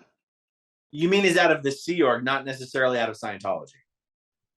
I believe he's out of the Sea Org, but not necessarily out of the Sea Org, out of Scientology. Okay. He could still be a Scientologist for all I know. I don't really know. I haven't talked to him in quite a few years now. But so yeah, the recruiting started day one. Joey Collin was my point of contact, and I'm a smart guy, pretty smart guy, and I kind of realized immediately when I got there that they weren't interested in helping poor little old me out with getting settled and getting set up. I didn't know anyone.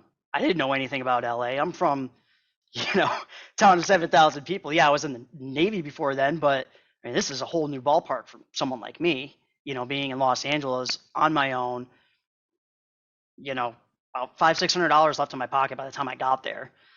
Because I drove. It was pretty expensive to drive that whole way. So I did kind of purposely lead them on that I wanted to join. I signed the billion-year contract. I was on the, what do they call it? Project Prepare. Yeah, Project Prepare, to go into the EPF, and that was through Joel. And I was working on that. But here's the thing: I basically had Joel as my personal assistant and secretary. Help me get my finances in order. Help me get a job. Help me get a place to stay. All that kind of stuff, basically. I more or less kind of used them, more or less, in a lot of ways. And then it got to a point where I was starting to get quite settled in working at WeBuyCars.com, and I was starting to make pretty good money. I already had car business experience, as I told you, for a few years before I went out there. So, I kind of hit the ground running there, and was making fairly decent money, in the sales department there. So as soon as I started making money, $50 a week didn't really sound all that, illustrious to me. And I eventually just said, look, guys, I'm not going to join. Is that Ryan Dale that runs that company? Well, Kevin Dale owns the company. Kevin Dale is OT8. I think he's done all his L's, everything, Superpower, all that stuff. So that's Ryan's dad. That's Ryan's dad. Ryan is the general manager, or was. I can actually get a little bit more information if you're interested, because there's Oh some no, of that yeah. I was just But yeah, Ryan Dale was the this general manager. So he basically ran the place. Kevin just came in and worked on some marketing stuff for half the day, and then he'd go home. Ryan more or less just ran everything, and then Justin was more or less your like sales manager. You know, he was more of like your direct contact between the salespeople and the managers. And Justin is Ryan Dale's younger half brother. What about Teddy? Did Teddy work there? I don't know who that is. Teddy Dale, Theodore, younger, fatter brother. Never met him. Didn't even know he existed. To be quite honest with you. Might still be. I was. I mean, I worked at We Buy Cars more or less the whole time I was there. There was a short time where they had fired me, and then that's when I worked at Sterling. That only lasted about 6 months, and then Sterling was really boring work. And then I went back to. I convinced them to let me come back, and I did like a whole. Went through the conditions with them, made amends to the company, that kind of thing, and they hired me back. Wow. But I had never, I never heard of anyone called Teddy. I'm sorry, I didn't mean to interrupt you. Go ahead. That's all right. I know Teddy and Ryan were in the Sea Org with me in LA, but Teddy could still be in the Sea Org for all I know. Yeah, maybe. Did CC set you up with the We Buy Cars job? I mean, they helped me, but I did the work myself to find a job. But they have a thing there called the Needs and Wants flyer. Have you heard of that? It's like a yellow sheet of paper or something like that called the Needs and Wants. So I just started calling around. They were like, you need outflow. Just call everything and just outflow, right? And something will come in, right? You'll pull something in. I was like, oh, okay. And so I was like, I was basically at their whim. I needed help, right? I didn't have any money. I didn't know anyone. So I was like, okay, I'll just start calling people. And I just sat there in the Rose Garden Cafe and making phone calls. And I actually, I don't even remember who it was, what company it was. It was obviously a Scientology. I want to say it was Jewelry at Your Doorstep, I think. And they didn't want to hire me.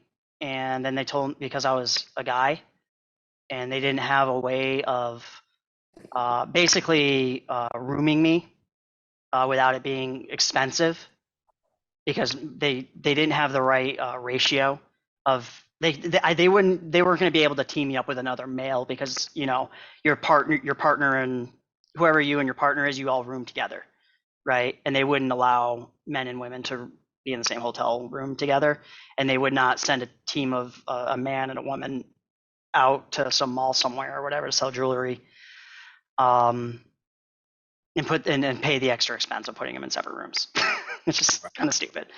But I just did all that, and they said, I know who is hiring, and I think you'd be a really good fit being you're a car salesman. It's We Buy Cars. I'm gonna have you hook up with Jesse J. Crescenzo and have him give you a call.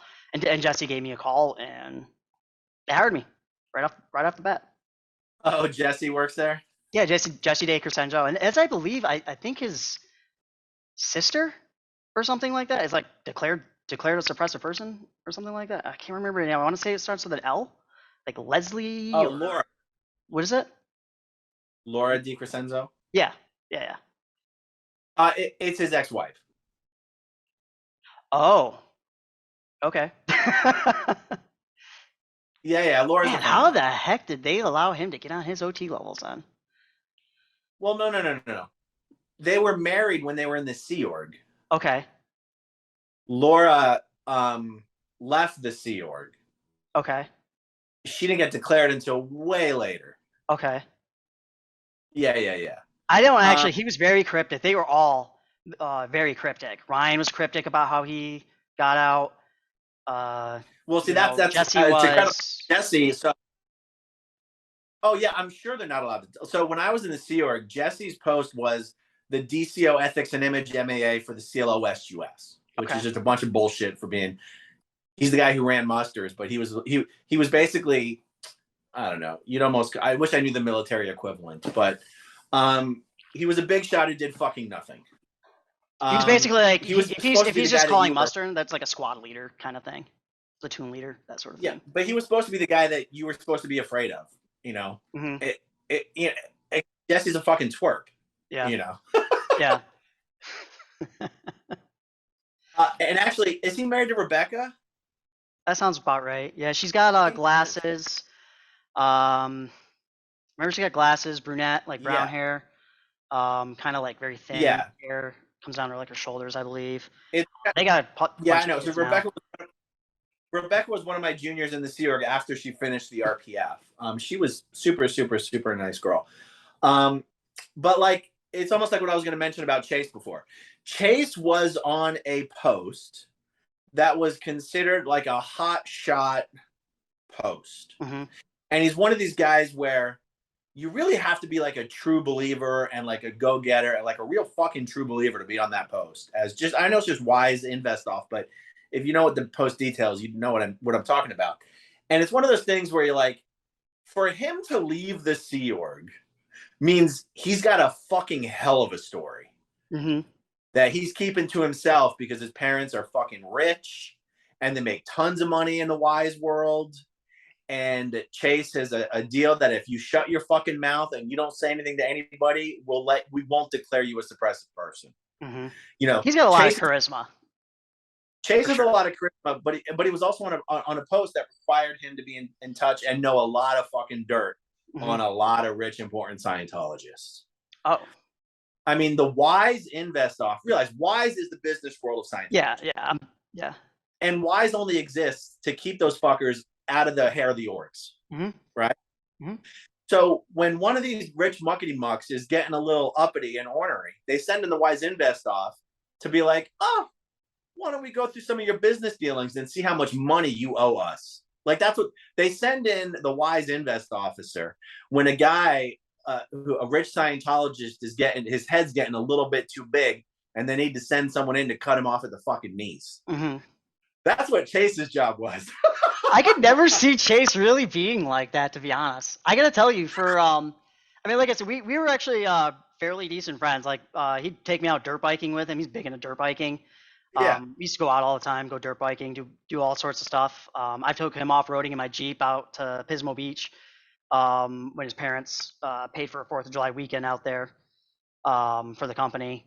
And I had only, the years I had known him, I had only seen him get angry, like yelling angry once. And that was with his dad in a meeting at Sterling. It was a little, we were all like, whoa, they both were. Chase and Kevin they were going at it for a second there. And then, I'll never forget how that ended. He was like, Kevin was like, we're not going to discuss this here. I'll handle you later. And then Chase like, no, I'll handle you later. And we were like, whoa. Yeah. I'm not saying Chase isn't a good guy. Yeah, I mean, I like Chase. Don't get me wrong. But I mean, what I'm saying is that he's a guy who's keeping his mouth fucking shut. Oh, yeah. Just like Tommy Davis. Tommy Davis is a guy who could fucking bring everybody down with him with the shit that he knows. Chase is not quite like Tommy Davis, but when it comes to all the rich business people in the Los Angeles area, Chase knows where their bodies are buried. That's what I'm saying. Gotcha. You know, it's funny now that we're talking. Yeah. You mentioned Tommy Davis. I've seen him quite a few times. I don't believe I actually talked to him, but I know I've seen him around a lot. And I'll never forget. It was actually kind of early on, I believe, when I was like probably my first year there in LA, about around 2013. Joel and I were talking, and he's like, "You see that guy over there? It's Tommy Davis." Okay, who's that? He's like, "That guy. He's like the Tom Cruise of the Sea Org." That's what he said. I'm never gonna forget that. I was like, "Oh wow, he must be shit hot then." Okay, Yeah. It's funny because really, the Tom Cruise's bitch. Oh and yeah. he looks a little bit like Tom Cruise. He does, yeah. I think that's why that's why that was the thing there.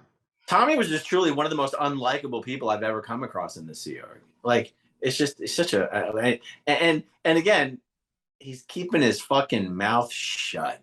But anyway, Ryan Dale, yep. Ryan Bridge Publications. It's just they sell books, so it's not. But all of these guys, they were in the Sea Org forever, and you just don't talk to people, particularly non-Scientologists or public people who've never been in the Sea Org. You just tend not to talk. So Bridge Publications is considered sort of an int level org, even though it's not at int. The clearances to go to Bridge are higher than like the service orgs or the Yeah. CLO, for example. Mm-hmm.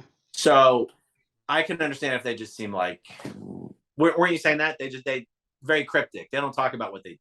No, it wasn't even that. They almost seemed, well, I mean, they would straight up just tell me like I can't talk about it, as per policy. But the way that they would say it, I had always thought was a little, I had always gotten this like indication that they were paranoid. Like almost, it just almost seemed that they were a little paranoid about even saying anything. Like it was almost like they wanted to tell me about it. Yeah. But then just the way that they would say like, oh no, I can't talk about it. It was like they were on edge about even like having to just say that, Yeah. It was like that made them uncomfortable basically. That makes sense. Yeah. I'm still surprised they didn't get you in the SO. Because even like, if you said Hope was mostly keeping you in, at some point I'm surprised they weren't like, yeah, you're trying to be a movie star or I'm sorry, like a rock star or whatever. You're working at a car company. Why don't you just join the Sea Org and accomplish all your hopes and dreams in the Sea Org? I'm really surprised it didn't work. They killed it for themselves. And the person that killed it for them was Eric Myersfield. You know who he is? Oh, I know Eric. Yeah. Yeah. His sister's involved, Kelly. Eric. I'm sorry, you broke up there. Huh? Fantastic what? You broke up. Fantastic singer and piano player. He is very talented, yeah. What about his sister? Well, I'm just saying he's got a sister that's involved very heavily with the church as well, Kelly. Right. Yeah. So what happened? So, I mean, we're probably like a few months in that I've been to LA now, and they would not tell me what they kept telling me that they're like, oh, we got the perfect job for you. But they, the whole, the policy come on dissemination? Yeah. In LRH, it's a green valve, it's a OEC. And L. Ron Hubbard talks about mystery sandwich, the Thetan is the mystery sandwich kind of thing. It was like they were trying to do that on me, right?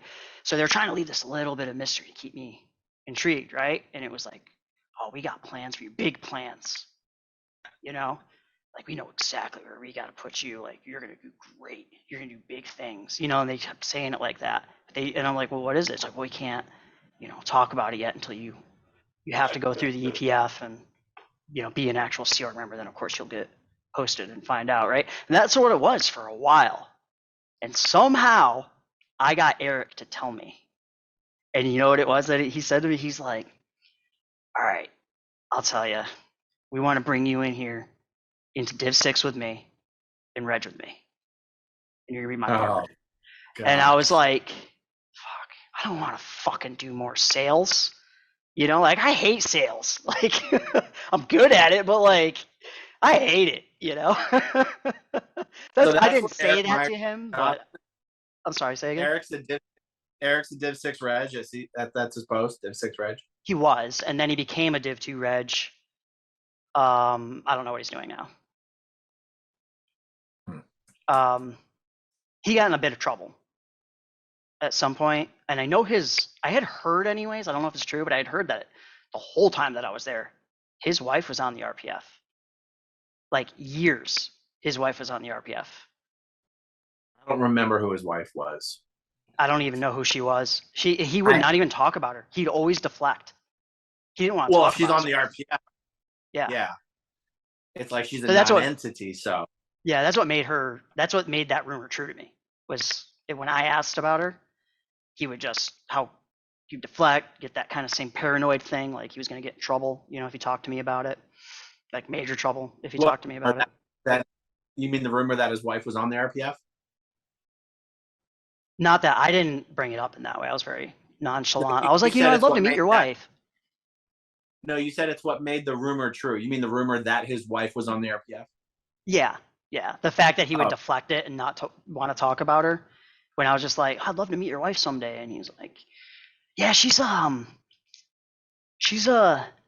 like a special project right now, doing something, I was like, what's she doing? He's like, well, I can't really talk about it. It's really hush hush. Yeah.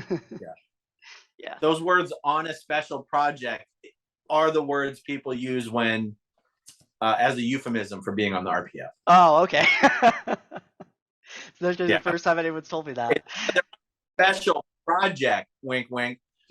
Gotcha. Because in the Sea Org, if someone's really on a special project, chances are they're on a mission, and you would just say they're on mission. Yeah. There's almost nothing that's a special project. Okay, so what was the final straw for you? It sounded like you probably hit like an area where you're sort of coasting as a Scientologist. You're working, you're making money, you're going up the bridge. You're not really achieving your hopes and dreams, but the wheels of time roll on. Mm-hmm. And, what came to a head for you? How did it happen?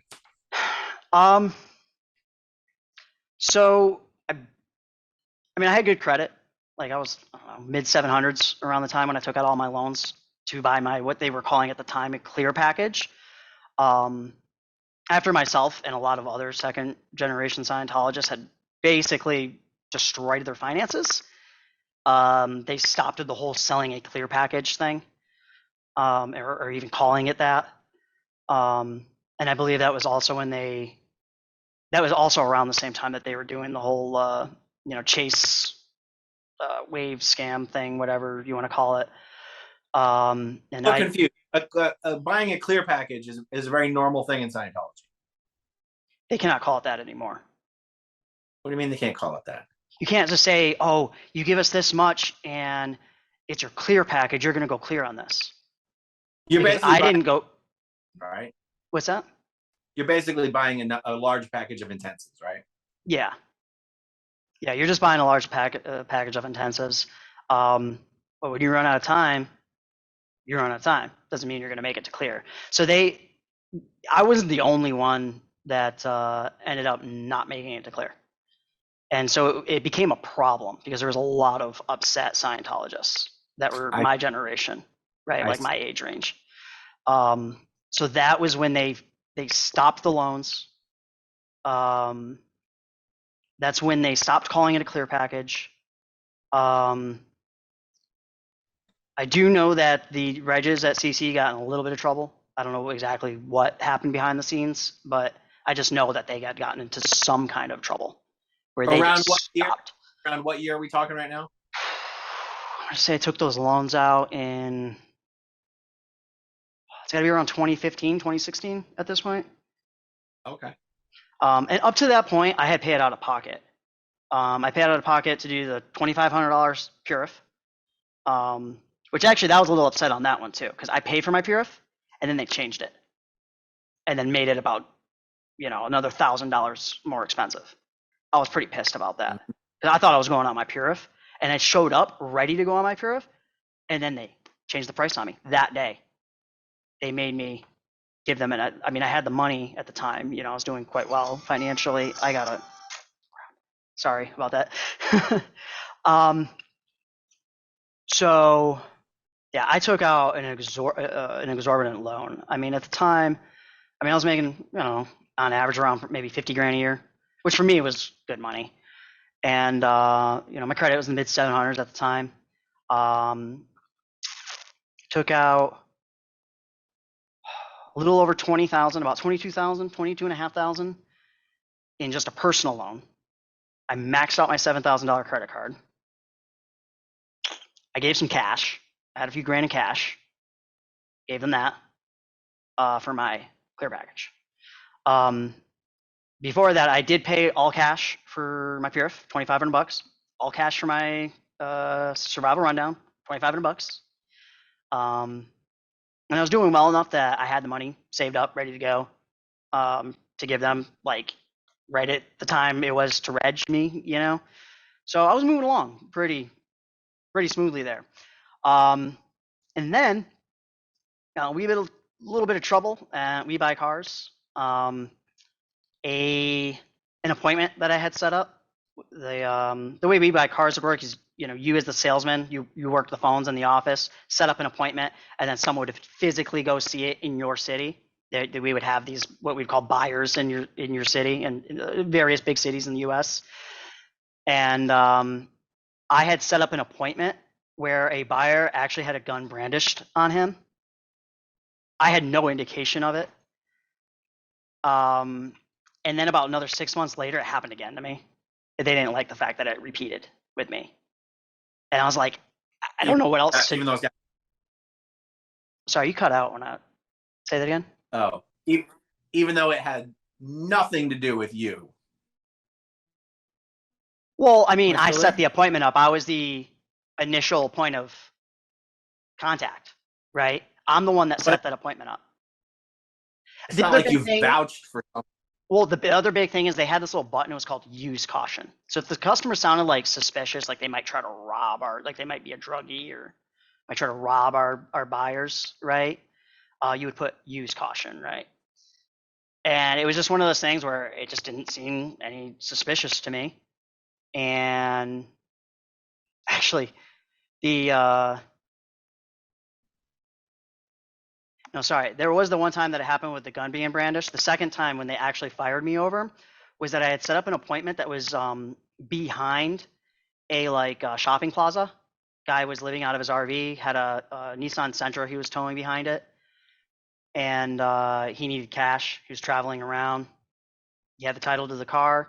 I mean, I ran the plates, the VIN, everything showed up clean, wasn't stolen or anything. I was like, story adds up. I mean, we're meeting him in a public place anyways. It's broad daylight. I didn't think anything of it, right? The manager that was working at the time made a report on me. He was actually a non-Scientologist, but he wrote a report on me, right? Because he has to still follow that Hubbard management technology, right? So he wrote a report about it, saying that it should have been marked as a use caution, but even though the deal was made and it was actually fine, he had just put down that maybe I should have put down that it was a use caution appointment, and I didn't, right? So the next day they're like, this is the second time now. This just happened, what, like 6 months ago, where a buyer got, a gun brandished. Do you not take our this was Ryan telling me this, right? Do you not take our buyers' safety seriously? It's like, are you kidding me? I was in the U.S. Navy, dude. Of course I take, safety. And I was a gunner's mate at that, like my job was weapons, you know? And it's like, of course I take their safety very, you know, very seriously, I had zero incidents when I was in the Navy. I had no incidents at all with the weapons. So it's like, of course I do. I didn't know that it maybe should have been, and it was fine. The deal went through. It was exactly what I had thought it was. So I don't really understand. And then Ryan was like, that's the problem, is the fact that you don't understand why that's a problem. He's like, I'm sorry, we're gonna have to let you go. And this was after now, what, 3-4 years of working at this company, being a top producer as well. And I was under the impression as well, being a top producer, that I would have ethics protection. And that was, there's these little things like that started adding up as well, where I was just like, these people don't even follow their own rules, And me coming from the Yeah. Navy, I was a very by the book kind of guy, right? For the most part. And so that was a little weird to me. I was like, there's something a little wrong with Ryan. Like, he gets a little too angry. He's got some problems, you know what I mean? He can't control himself, right? And in the Navy, they teach us about using anger and as a switch, and you control it, right? To him, it's like he had no control, in my opinion, anyways, of his anger. So anyways, yeah, they fired me literally right after I took out all my loans around. Yeah, I think it was around 2016. They fired me. Wow. Right after. So I mean, you I'm plunked talking down like about, days after I took out those loans. wow. And So you plunked down at least 32 grand for a clear package. yeah, somewhere around there. And then you lose your job at We Buy Cars. Then what happens? Well, I was like, no, it's fine. I mean, I was like, man, I got, discharged from the Navy, and that was really hard for me to reintegrate, back into the civilian world, especially being that I had served in a hazardous duty zone, not a combat duty. They have, these different things. It's called a hazardous duty zone, Haiti. And so I was like, I'll get through it, I'll figure it out. I was like, you know what? I'm going to go clear. I just went full time at CC for a month straight, every day doing auditing, going up my bridge, starting with what was it? Happiness rundown, I think is what comes after survival rundown, if I'm not mistaken. And yeah, so I just did that for a month and I was like, all right. And I had, I still had money saved up. I had like, I don't know, after all that and giving them a few grand, I still had like 3 or 4,000 left in my bank, So I was like, I'll be all right. I can pay a few months rent, I can still buy food, I pay my car for, a few months. I'll be all right. I wasn't that worried. And I was like, I'll get a job. And then not only that, but I was like, man, I'll be clear. Any Scientologist company is gonna love to hire me as a clear, and they'll probably pay me good bucks too. So I was like, man, it'll be fine. I didn't think anything of it, right? And then it got to here I am mid grade 4, didn't finish it. I started, didn't finish it. And then here's where I started feeling like there were some failed promises. And this is where I really started having a problem with the church and how things were going and how they were handling my case, me specifically, because I was like their poster child for, that few years there, 3 years, if it was around 2016, they loved me because I was there every day on course. And a lot of the other Scientologists that are my age are not like their parents are. They're not dedicated like that. The second generation are not as dedicated as you may actually think. Not, I shouldn't say. It makes it sound like it's all of them. It's not necessarily true. Like someone like Chase obviously is extremely dedicated. So here I am, have these big loans. And here we are now a month later, and at this point, I'm probably got like, I don't know, maybe $2,000 left now. Paid rent, pay my car note, that kind of thing. And here I am mid an auditing level. And so they've turned me over to my reg, who at the time was, I don't know if you know who she is, Milan. Blonde, little chunky, has glasses, really into anime and stuff. At PAC, I really didn't know any of the CC guys. Oh, okay. I only knew Eric Myersfield because I knew him before he joined the Sea Org. Oh, okay. So I went down to her and I was like, hey, I'm out of money. I need some help figure this out. How are you gonna make this happen so I can at least finish my grade 4? And she's like, I don't know how to help you. That was the first time that any staff member said, I don't know how to help you. Because in a reg cycle, they're always like, oh, we're going to help you. We're going to get this figured out. We're going to do this. And this was straight up, like, she knew my finances at this point very well. She's like, I don't know what else to do. You have some gold somewhere? Like, they started coming up with ridiculous ideas, And, yeah. So that was that. And that hit me pretty hard for me, because here it was, and I was like, I've been so dedicated up till this point. I've dealt with so much crap. I've more or less have become disconnected from my family. Not like actually disconnected. I was still handling it as what was it called?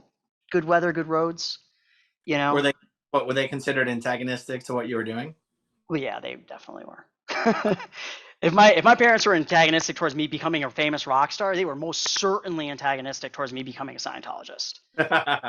Especially coming from a long line of, the Catholic, line, basically. My parents were Catholic, grandparents are Catholic, great grandparents are Catholic. So that was kind of a big deal in the family, right, for me to be doing that. And it was just it wasn't liked. So I would just keep in touch every 4 or 5 months, 6 months. Hey, how you doing? Talk for 20 minutes, keep it light, and that would be it. And in the church's eyes, I had it handled. So, but that was how I had to keep it with my family. Yeah, that makes sense. Yeah, in order to make my way out of ethics and onto course. So there was that. That was the big thing. The other thing was, so you know about well done auditing hours? Yeah. And you know about how you're not supposed to count bad auditing hours.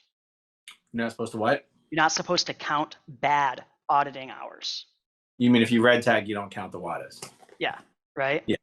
Mm-hmm. Yeah, they didn't do that. And they Oh, no, weighed. no, no. Hold on. You still take them off of the account, but you don't count them on your stat. Like if you Oh, get then I 6 must hours have had of like a auditing, serious misunderstanding. like if you get 6 hours of auditing and you red tag at the examiner, they don't get to count those hours on the WADA stat, but they still come out of your PC folder as hours audited. See, I'd actually never looked at that policy, which is kind of weird because I had read a lot of the OECs at that point. I had understood it that was bad auditing hours. It doesn't count. Oh yeah, no. And so I had racked up literally 2 intensives, 24 hours of auditing time. That Of were red of red tags because they fucked up and went way over on the grade 2, right? Which is the overs and withholds, right? All your little dirty secrets, right? Yeah. And they just would not stop trying to get me to give them more. Like, Yeah. oh, this isn't enough. Oh, there's more there, you know. I don't know if maybe they thought because I was in the military and my job was a combat related job. I don't know if maybe they thought I was lying and because I had a secret clearance. I don't know if maybe they had thought in their minds that I was lying. Maybe they had thought I had killed people or something. I don't know. And they wanted me to tell them that or something. That's what I kind of almost felt like. They wanted me to tell them that I killed people or something. That's how it felt to me, anyways. Yeah. And then come to find out that I needed to do my int rundown. I don't know if you're familiar with that, the interiorization rundown.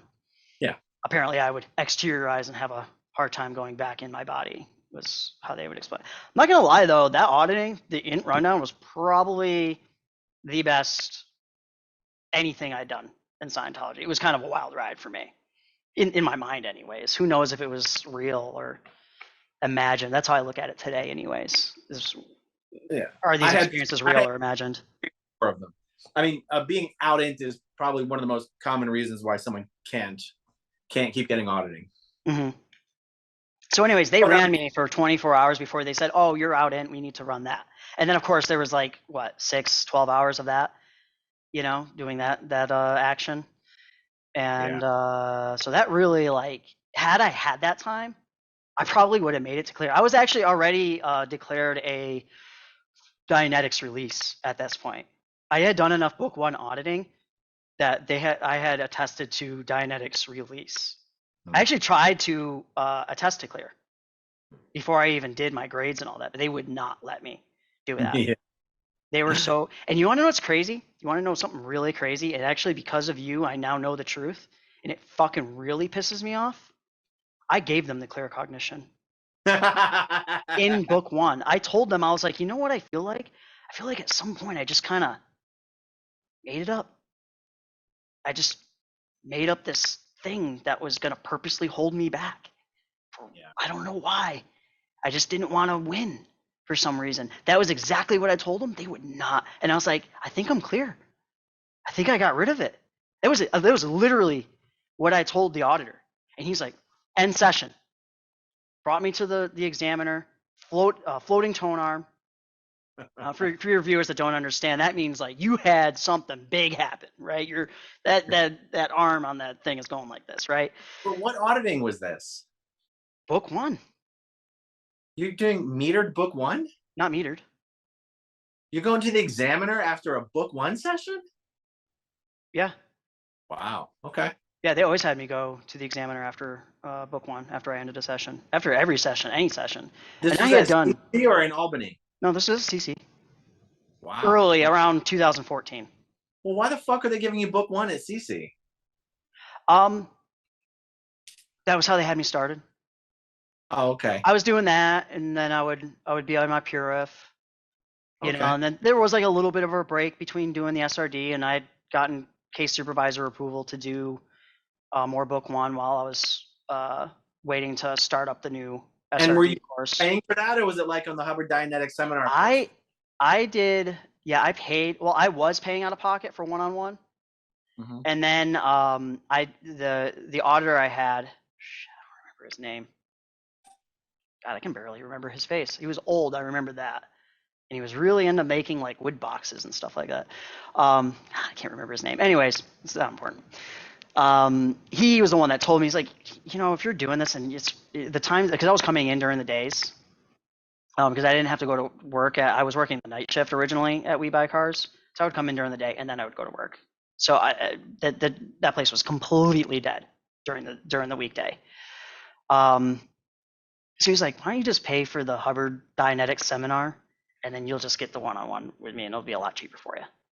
And I was just going every day. I ended up racking up like 300 or 400 hours of book one auditing alone.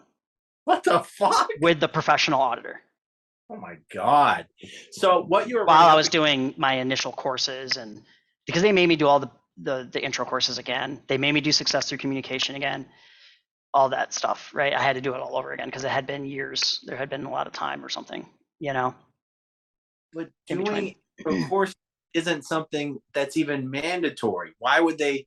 I can understand saying, oh, it's okay to redo them again, but it's not like they're prerequisites for anything. Why do them again? They made me take PD&I again, personal values and integrity. But it's not a prerequisite for anything. That's fine. That's fine. And they already had me too, which is weird, which was kind of weird too. I was like ready to go. I was like, let me get on the Purif. So my date on this might be a little wrong, but sometime around 2003, 2004, Miscavige basically came down with an edict that says nobody is allowed to attest to clear without running NED. You can no longer go clear on book one. You have to run whole track, deep whole track NED with high reality. No one's allowed to attest to clear unless they do that. Because what would happen is people would attest to like last lifetime clear, never having received any new era Dianetics. And then they get on their fucking OT levels and they can't do shit. They get onto OT, they have no incidents to audit because they don't have nothing in their fucking folders, no whole track NED incidents to blame the BTs on. Mm-hmm. So they weren't letting people go. You weren't allowed to go clear on book one Dianetics. Mm-hmm. It has to be NED. So that's what you were running into. They told me that so I gave the cognition. Yeah. Okay, here we go. So yeah, I went to the examiner, had that floating tone arm, tried to attest to clear. They actually, a few of the staff members were starting to push it along. They started like routing me through to attest to Dianetic clear. And then it got stopped by upper management at CC, like probably David Pettit got involved, or maybe the deputy CEO got involved or something like that, and said, nope, we are not, you can only attest to clear now in NED. Right. And I don't know, they fucking made up some bullshit policy. And I remember looking at it and the date was so far after, like the date on it was so far after Ron. Yeah. And I was like, you're not even following what Ron said. Yeah. Like I didn't say that to them, but I was thinking in the back of my mind, I was like, what the fuck? They're not even like, aren't you supposed to not change anything that Ron said? You're not supposed to issue a policy. Like they're issuing their own policies. Only Ron could have done that. You're not supposed to just start adding stuff. That's not how it works. But the dates were literally after he had died. I was like, what the hell is this? I think one thing that it has taken me, or it took me the longest to see, accept, come to terms with, is that there really is no such thing as standard tech or standard admin. And what I mean by that isn't just that nobody follows the rules. Mm-hmm. It's that LRH didn't follow his own rules. Mm-hmm. And he set so many contradictions throughout the tech and throughout the policy that you can basically do whatever the fuck you want and point to something to call it standard, or you can do whatever you want, or you can always find something to call something non-standard.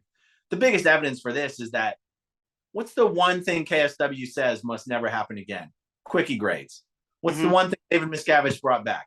Fucking quickie grades. Mm-hmm. I mean, and I say that not as someone who gives a fuck whether they're real grades or standard grades or quick grades. I don't give a fuck. But the one thing Hubbard said in the most important policy in Scientology must never be done, Miscavige did it. There's no such thing as standard tech. And also, not even along the lines of does someone follow the policies or not. What Scientologists come to know as standard tech or standard admin is just what management has put in front of everyone and said, look, this is standard. I mean, they basically pick and choose what they want to call standard. Mm-hmm. I mean, I could go on. There's no such thing as standard tech and standard admin. And you've listened to a lot of former Scientologist stories. All these stories have one thing in common. Everyone's always talking about how off policy this was, or how out tech that was, or how off that, like, right? Yep, yep. And sure, people fuck up all the time. People do unethical shit. Yeah, and I'm But the understanding one thing that. that has taken me the longest thing to come to terms with is that this concept that there is a standard tech or a standard admin is actually part of the mind fuck of Scientology, because it's actually not true. Mm-hmm. Yeah, yeah, that's for sure. I mean, now in your case, you were given false promises. That's totally something separate, which Mm-hmm. we could say is off policy. You're not supposed to do that. But actually, no, there is a policy where I remember reading something where Ron says like the Reg could promise them the world, but you have to keep to what they have in an account or something like that. I don't know. it's true. And then there's another policy that says always deliver what you promise. So it's like, yep. Perfect example. Mm-hmm. I'd actually read both of those too, which is funny. And I brought them to their attention. And you know what the deputy CEO said? We're actually piloting the golden age of admin. So I can take a look at that policy. And I'll give you a call back tomorrow and let you know what we can do. You want to know what's funny? Never fucking heard from her. Yeah. So anyways, I guess we could probably get back to the we were talking about the reasons, right? About really what was you ran out of hours. So you ran out of hours mid-grade 4, and they're like, we can't help you. Yep. And I felt really abandoned. Like I had just gotten thrown to street side. And I was like, what the fuck? I thought we were friends. You know, I've known you for years. We got to know each other. You know, it's like, well, I say years, like it's like 3 years, 4 years, whatever. That's a long time. Yeah, it is. You know, and I just felt so it's not even just abandoned, betrayed. My trust in them was betrayed, right? And not only that, like I said, I wasn't a second generation. I know the outside world. I'm not afraid to go back into it, you know, and completely leave it behind.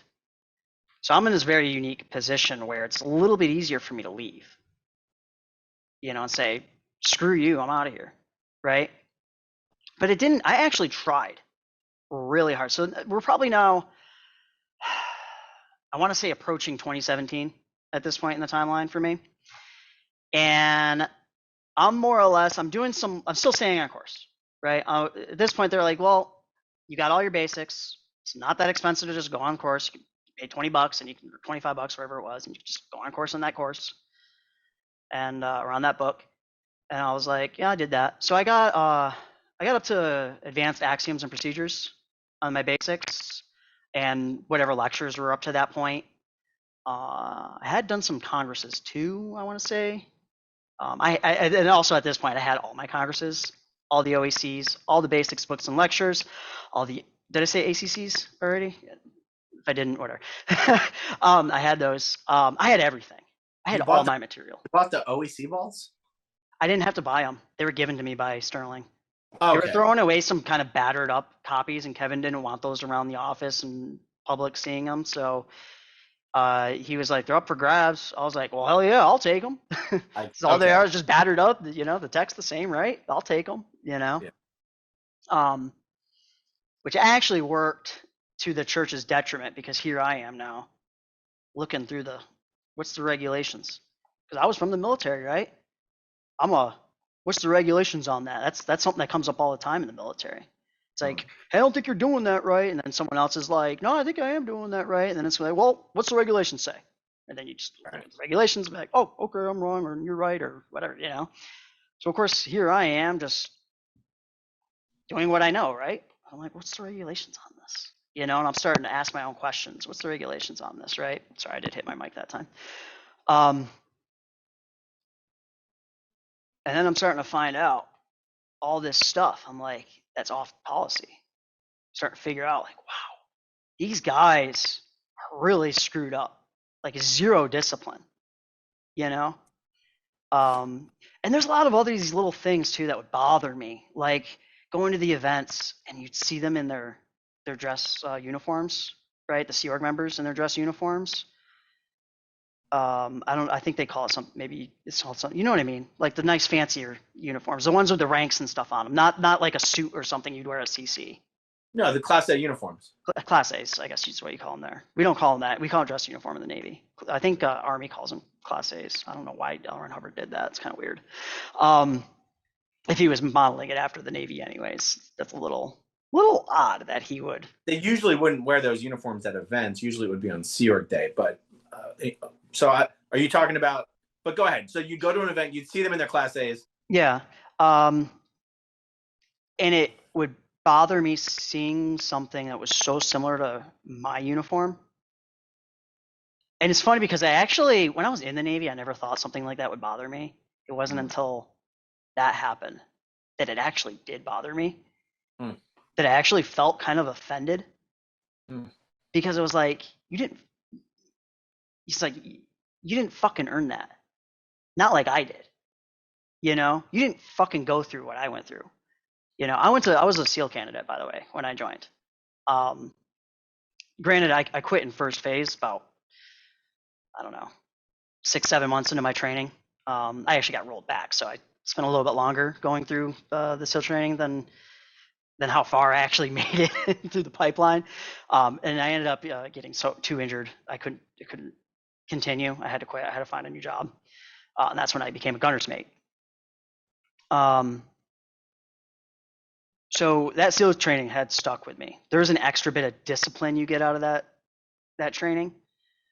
And you do still feel a certain, even if you didn't make it and you quit, at least for me, I still felt a certain amount of pride that I at least tried, you know?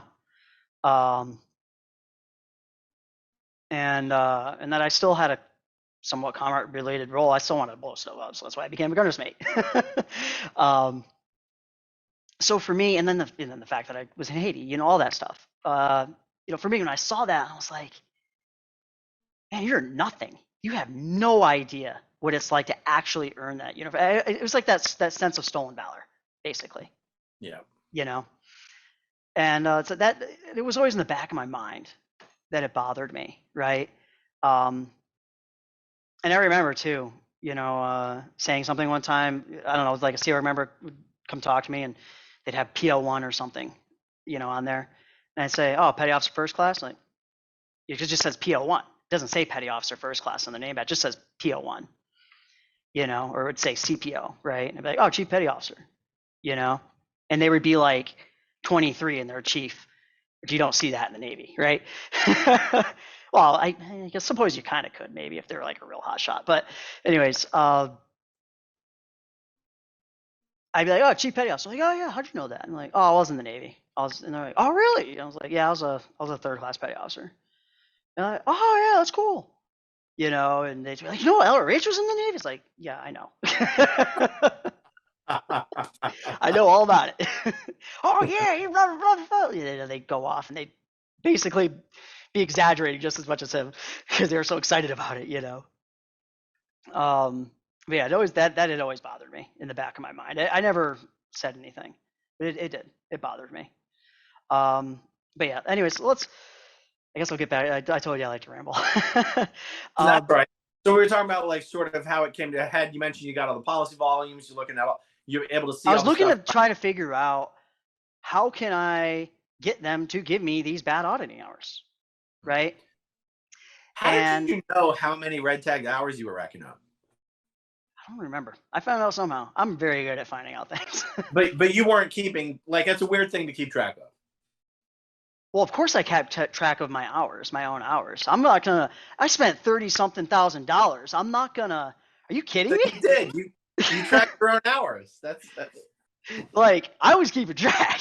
I knew what time I went. I knew what time I got out. I knew when I red tagged, and all those hours. I was keeping track myself. Okay, so you were keeping track of your red tagged hours. Oh, absolutely. I kept track of everything I was doing. I've never heard of anyone doing that before. I mean, dude, that's a lot of freaking money. That Dude, is a lot. That's a lot. I just gave these people like 8 months of my gross income, not what my net was. You know what I mean? Like Yeah, eight yeah, or 9 months of what my gross income for the year would be. yeah, Literally like that overnight. Are you kidding me? Yeah, of course. There's the biggest purchase. I mean, that was more expensive than my vehicle at the yeah. time. My vehicle was like only like 16 or 17 grand, you know, like at the time. Like, yeah, I very much so kept track of that. Um, So and even after they shut you down in the middle of grade 4, you continued on doing the just books and regular, lectures yeah. stuff. Then how did it come to a head? Well, other things happened. I did eventually go to the ship because I ended up getting a big tax, break from all that money I gave them when I did my taxes the next year. So I ended up spending that to go to the ship. And I went on a convention with Tom Cummins, Andrea DeGastini, Jim Bridgeworth. Tom Cummins, by the way, absolute fucking asshole. Like, fucking dickhead. Like, yeah. Anyways, he talked to me wrong. He actually did come apologize, though. I will give him credit. He came afterwards. He said, I felt like I was kind of an asshole too, and I apologize. He actually apologized for being an asshole to me, so I was a little surprised by that. Yeah, I did a whole like convention thing to get back on the bridge, and then I wanted to go to the ship. I wanted to see what it was like, and plus I had never been on like an actual pleasure cruise, so to speak. There was also a thing on that pissed me off that happened on the ship. Um, they forced me into basically doing a regular course while doing the convention. Right. They would not let me move on. They basically said you're going to go to ethics and we're going to send you home. We're going to put you on the pier. So they did tell me that. They said we're going to put you on the pier and you'll just have to go find a hotel or something and wait until your flight home. That's what they Wow. told me.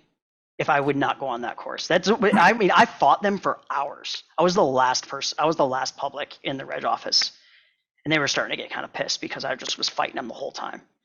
I was like, I'm not going on course. I came here to do the convention. This was half convention, half vacation for me, you know? And that's what I came here to do. And that's what I'm going to get. And they're like, well, then we're just going to throw you off the ship. Wow.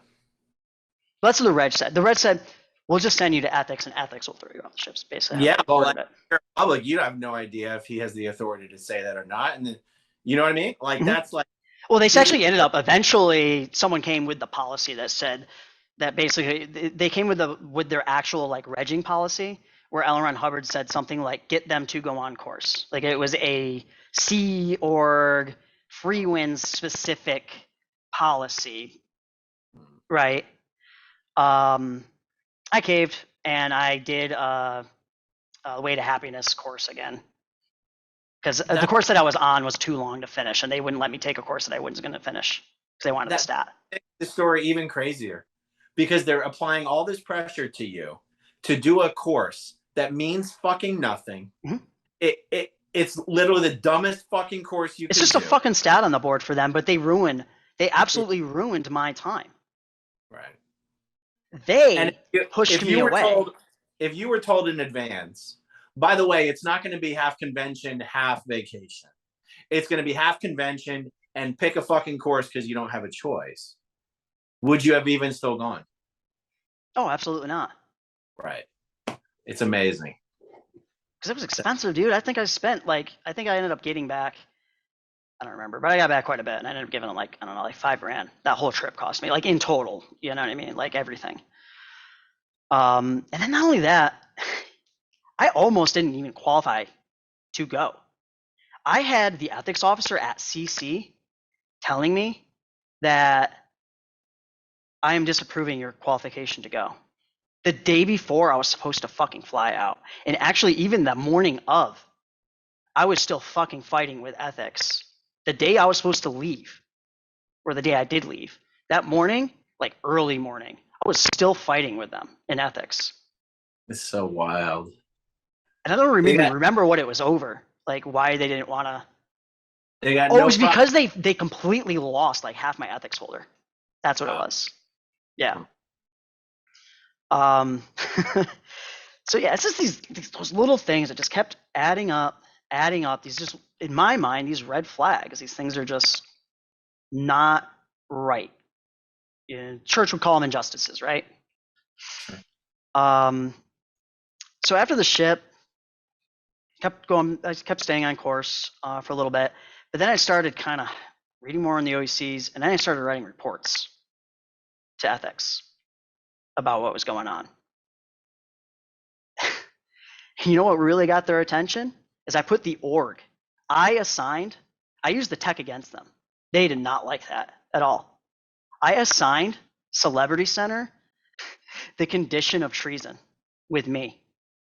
And I told them, if you want me to keep coming back here, I was like, if you want me to keep coming back here, you need to do these conditions.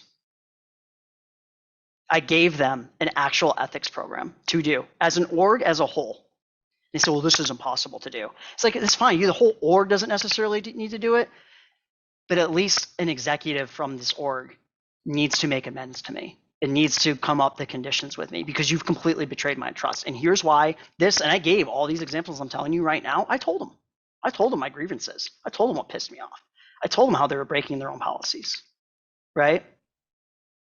You're not going to believe this. They didn't believe me either. But I actually told them just because I wanted to see if I could get away with it. Because I knew how to make a floating tone arm. You remember how I was telling you I had that, like, I've always had this kind of like inner feeling of like being at peace with myself. If I just kind of closed my eyes and just relaxed, right? And just kind of felt good about myself, I could make that thing go like that. I realized, right? Someone actually told me that for a pre-clear, I had more floating tone arms than some OT8s or something like that. Some people have told me. I don't know if they're just trying to float my boat or what, but yeah. But anyways, I actually told them that I think I'm already OT15 and I am L. Ron Hubbard, just to see. You said that? I did. I told them that, and I actually even told them that David Miscavige is fucking this shit up, and that I'm about to come back and I'm gonna kick him the fuck out of here. Like I fucking like military, like you've seen military movies, you know how it can be, right? Like I was on him, but I was very controlled with it. I was, and I definitely had him shaking to where it started getting the attention of some top executives. But who did you say that to? I said that to like the third in command, basically. Like I had gotten to a point with all my reports that I had gotten up to the third in command of CC. I don't know what that posting is called. I know you have CO, which was Pettit. Pettit, is that his name? Dave Pettit, yeah. Dave Pettit. And then you had the DCO, right? Deputy DCO. And then whoever was just under that. I think it's the messenger. The messenger is just under that. Who would be the So in any org, you've got the ED or the CO. Then maybe you've got a DED or a DCO. Then you've got 3 executive secretaries. There's always people attached to them, whether it's the DCO's OO or. Well, it was that's right. It was like one of the department heads or department execs, basically, that I had said this to, and I told them everything. Like, you have to get out of. You're in treason. You have to come up with these things. I told them the L. Ron Hubbard thing. I just wanted to see what I could do. But were you telling someone in ethics or someone in the reg area or someone in the tech area? I don't even remember who exactly. Like, I remember what she looks like. I don't remember her fucking name, to be honest. So, but yeah, I don't remember, to be honest. I just know that it was one of the executives or whatever of the church. I say that because saying the combination of those things, of the org is in lower conditions to me, anything about upper OT levels or LRH reincarnated, that is a very quick way to get yourself labeled PTSA to J and booted off org lines. Oh, really? No, they didn't. They actually, they mostly largely were dismissing me at this point. Like, I was like basically fighting with them, writing reports, all this was going on, right? Were you on course at the same time? I was still on course. Oh, I was still very regularly on course every day. Wow. And I was flying through my courses. I was doing great on those courses because I'm a good study. I'm a smart guy. Having already told someone that you're going to get rid of Miscavige, that you're OT15, that you're LRH, you're still on course after having said that to someone. Mm-hmm. Wow. Yeah. But they did not treat me the same anymore at that point. I was definitely being treated differently. I was definitely, yeah. Um, but anyways, I got in a point where, so basically we're hitting probably towards like 2018. I got about halfway through advanced axioms and procedures, and I was just starting to, this was when YouTube was starting to take off for me. I was back working at We Buy Cars again, but I was doing YouTube gaming, and it was starting to take off for me, and I was getting to a point where I was making as much as I was at We Buy Cars. And then not only that, I know the church would probably say like, well, of course you're PTS or whatever, but my physical condition, based on some injuries I had from the military, I started becoming worse and declining. Even though I was at that point, I was always in some sort of pain. They were the ones that actually got me to go to a chiropractor because I was trying to handle it with auditing. I was seeing Dr. Springer, Neil Springer. I don't know if you're familiar with him. He does all the celebrities, like, yeah, he does all the chiropractor for all the celebrities in Hollywood, all the Scientologist celebrities.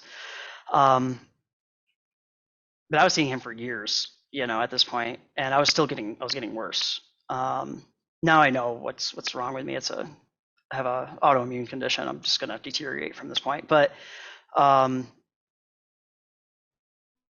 anyways, I was getting worse. Chiropractor wasn't doing it, and all his fucking crazy holistic take these vitamins, take that vitamin wasn't doing shit for me.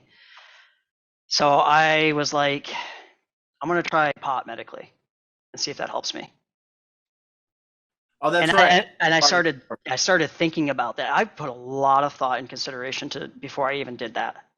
And actually, I first started with just CBD flower. I wasn't even doing the THC stuff, right?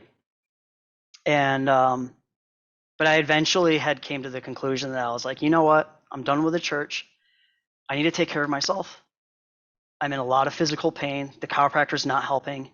I probably need to see an actual medical doctor, not some quack Scientologist chiropractor. Not that there's anything wrong with chiropractor, but he was a little quack because he's Scientologist, right? And I was like, I need to start taking care of myself. They can go fuck themselves. I come first. Was basically the conclusion that I came to. Went to a dispensary, bought some weed, started smoking, and it started working. It started helping me a lot, right?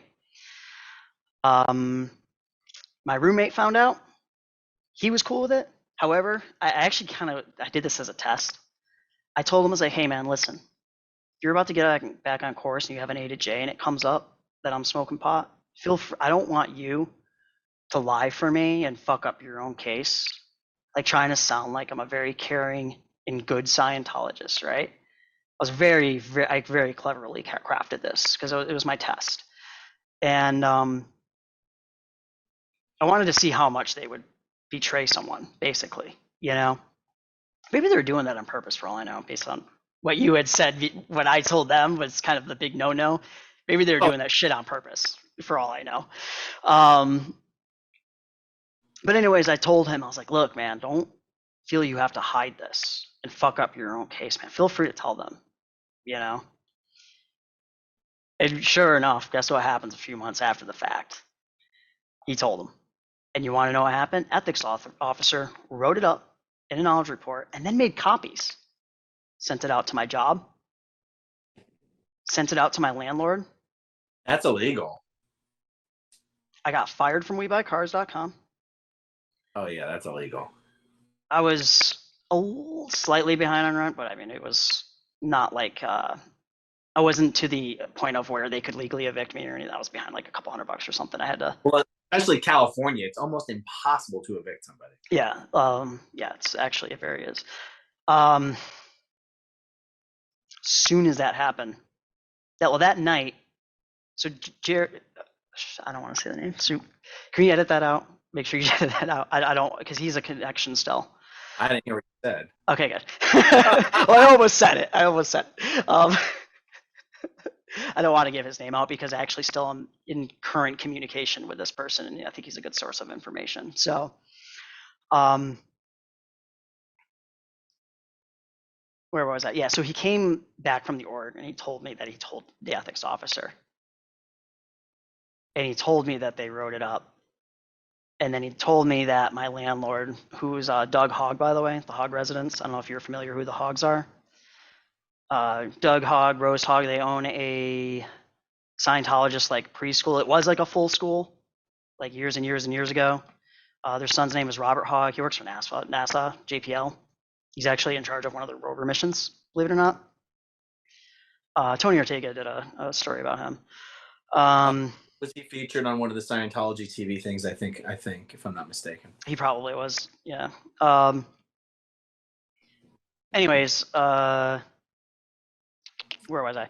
Yeah, so Did the landlord tell you got to go? Yeah, he said, "Look, you're still behind on rent, even though it wasn't that much." And I was actively like coming. The thing is, you know how YouTube is. You don't know what you're gonna make sometimes. Sometimes I was getting a big paycheck. I'm like, all right, here you go, caught up. And they're like, oh, I can't quite pay all the amount this month. It's like, well, we'll pay the rest next month, you know. And then I would do some work for him around the house as well to kind of pay it off. But yeah, so my roommate told me, he gave me the heads up. Next day, Doug comes up to me and he's like, "Hey, listen, so you're not paid up. It's been months now that you've been a little bit behind," which wasn't completely fully true. But anyways, I digress. He's like, "You need to go." And I knew what he didn't say that it was because I'm smoking pot. And I wasn't even smoking pot in the house, by the way. I made sure that I actually brought it outside the house, and I'd go walk up Beechwood. And I'd go smoke well away because I was actually trying not to get caught, right? Oh, is the on Beechwood where you're staying? Yeah, I was staying on Beechwood Drive, just up the street from CC. Yeah. And so I knew what it was about because I told Jared. Jared gave me that. I said the name. It's just his first name. Oh, okay, yeah, that's true. Anyways, but you know, I mean, it's kind of obvious who I'm talking about if the church ever looks at this, but I will edit it out. Yeah. So here's my roommate.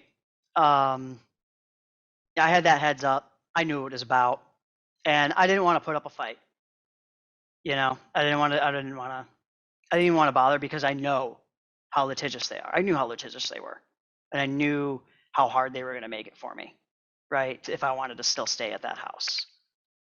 So I gave in. I was like, "Look, can you just give me to the end of the month? Let me get my one more YouTube paycheck. I'll leave. I'll go move in back home with one of my parents if I have to, you know." Which is ultimately what ended up happening. There's a whole other bit of that, but that's not really relevant to this. So that's pretty much it. It was basically pot. Was the killing blow was me deciding to smoke pot, but I knew that if I decided to smoke pot, that was the end. I knew that was going to be the end. So you forked over all. It sounds like if you had been given the auditing that you needed to get to officially go clear and then be a test to clear, you'd probably still be in Scientology. Yeah, probably. Do you want to know what it really was? It was more like the way that I looked at it was being still from, this isn't my world. I didn't come from this world, right? So I still looked at it from a customer service point of view, right? Like, what would any other business do? And the fact that they weren't was just, it was too weird at that. I was like, why not? Why wouldn't you? You know? I know. And I knew they were lying about their numbers. I wasn't stupid. You know, I knew they were lying about how many Scientologists there are, because you know that majority of the Scientologists are either in LA or they're in Clearwater, and you know only about 3,000 or 4,000 people, not even like 1,000 or 2,000 people only show up. And by the way, they make it look more grand than it really is when you're actually there. It's not as when you watch the videos of the events, it's not nearly as big as it really is.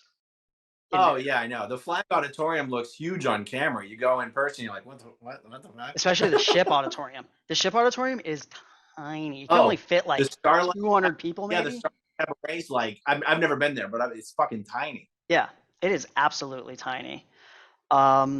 It's not nearly as big as they make it look on camera. They must be using some sort of a lens, like a wide angle or something, to make it look. Totally. Yeah. So you knew they didn't have a lot of Scientologists, and they're exaggerating. Because I could see who's showing up. I know where the Scientologists, the main, you know, I don't want to say congregation, but I guess that's public. Yeah, I knew about how many were actually, just judging by who was actually showing up. You know that not everyone's going to show up, but you know that that's probably a close number because they hound people to go to those events. Um, so I had a pretty good idea. I knew they were lying about their numbers. I knew that they weren't doing as, the only reason they were doing well was because their rich members hold them up, and that is who they cater to the most. And they Yeah, say yeah. publicly that they don't cater to the celebrities any differently than the public, but that is such bullshit. It's absolute bullshit. I'll tell you where one of the biggest areas that it's bullshit is when it comes to the subject of giving free auditing. Mm-hmm. Members of a celebrity's entourage, uh, eh, the the org will give them free auditing until they are happy, like they should have done with you. I mean, of course, it's all policy, but like I said, there's no such thing as standard policy.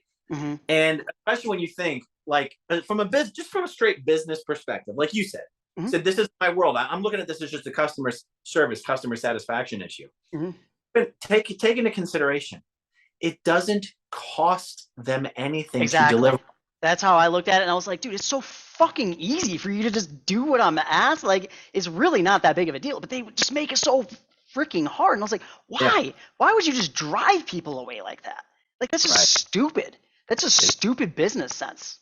Yeah. Like, they are their own. My mom used to tell me this all the time when I was a kid. She'd be like, Adam, you're your own worst enemy. You know, I don't know if your mom would ever say that, but they literally were their own worst enemy. Yeah. That's right. And if you want to talk about, I know I'm the one who keeps bringing up the policy thing. What's on policy? What's off policy? You could interpret any policy that you want to justify doing something good, because there's one policy that says you should always interpret policy in the direction of expansion. Mm-hmm. If an interpretation of policy will result in contraction or a down statistic, that is the wrong interpretation. If an interpretation of policy will result in an up statistic or a good product, a happy public, that is the correct interpretation. Mm-hmm. Now look at me. I mean, it sounds like if they only followed their own policy, it would all be great. There's no such thing as standard policy. Yeah. There is a lot of contradictions. I always had a problem with that. But then, of course, you know, you go talk to a chaplain or something, and then they try to explain it in a way where, well, this policy was meant to apply to just this like kind of thing, and well, that policy was meant to just apply to this thing. So that's why they seem contradictory, but they're actually apply to different things. So they don't even mix, and you just make shit up basically. And, you know. That's right. And I guess my point there was, anybody at any time could have intervened and say the right thing to do is to deliver this auditing. Like, they have to choose to fuck you. Yeah. Because if they wanted, it doesn't cost them anything to deliver auditing. Auditors oftentimes have a problem if they don't have anyone to fucking audit. Mm-hmm. But they'd rather chase you away. I mean, you didn't start with that whole I'm LRH and OT15 shit until after. Way after. Yeah. But they're under so much pressure to raise money, to reg money, to get the stats up. That is why they don't give the free auditing, because if they don't want the regs to think that it's an excuse not to make money. Yeah. And anyway, but in reality, that's not how it would actually work out, because you can see it in the world, in reality, in the regular rest of the world, right? Yeah, you know, it's true. If they had kept you around, if they'd given you, who knows, 30, 40 fucking hours of free auditing, maybe, mm-hmm. you'd still be around and they'd still be making money off of you. And I'm sure now they'll probably be biting themselves because, you know, now I'm on my VA disability. I get free money every I shouldn't say free. I am like a legitimate case and stuff. But yeah, I get just money every month now. Yeah. Like I'm good now. You know, actually, this is the most stable and happiest I have ever been in my life. And you know, the craziest thing is I'm still struggling a little bit financially. I only get so much, right? But at least I'm not worried, you know, which is good. Because I still have to correct that debt. It's still just sitting there. I'm basically just making ends meet at this point. I still have Yeah. to correct all that debt.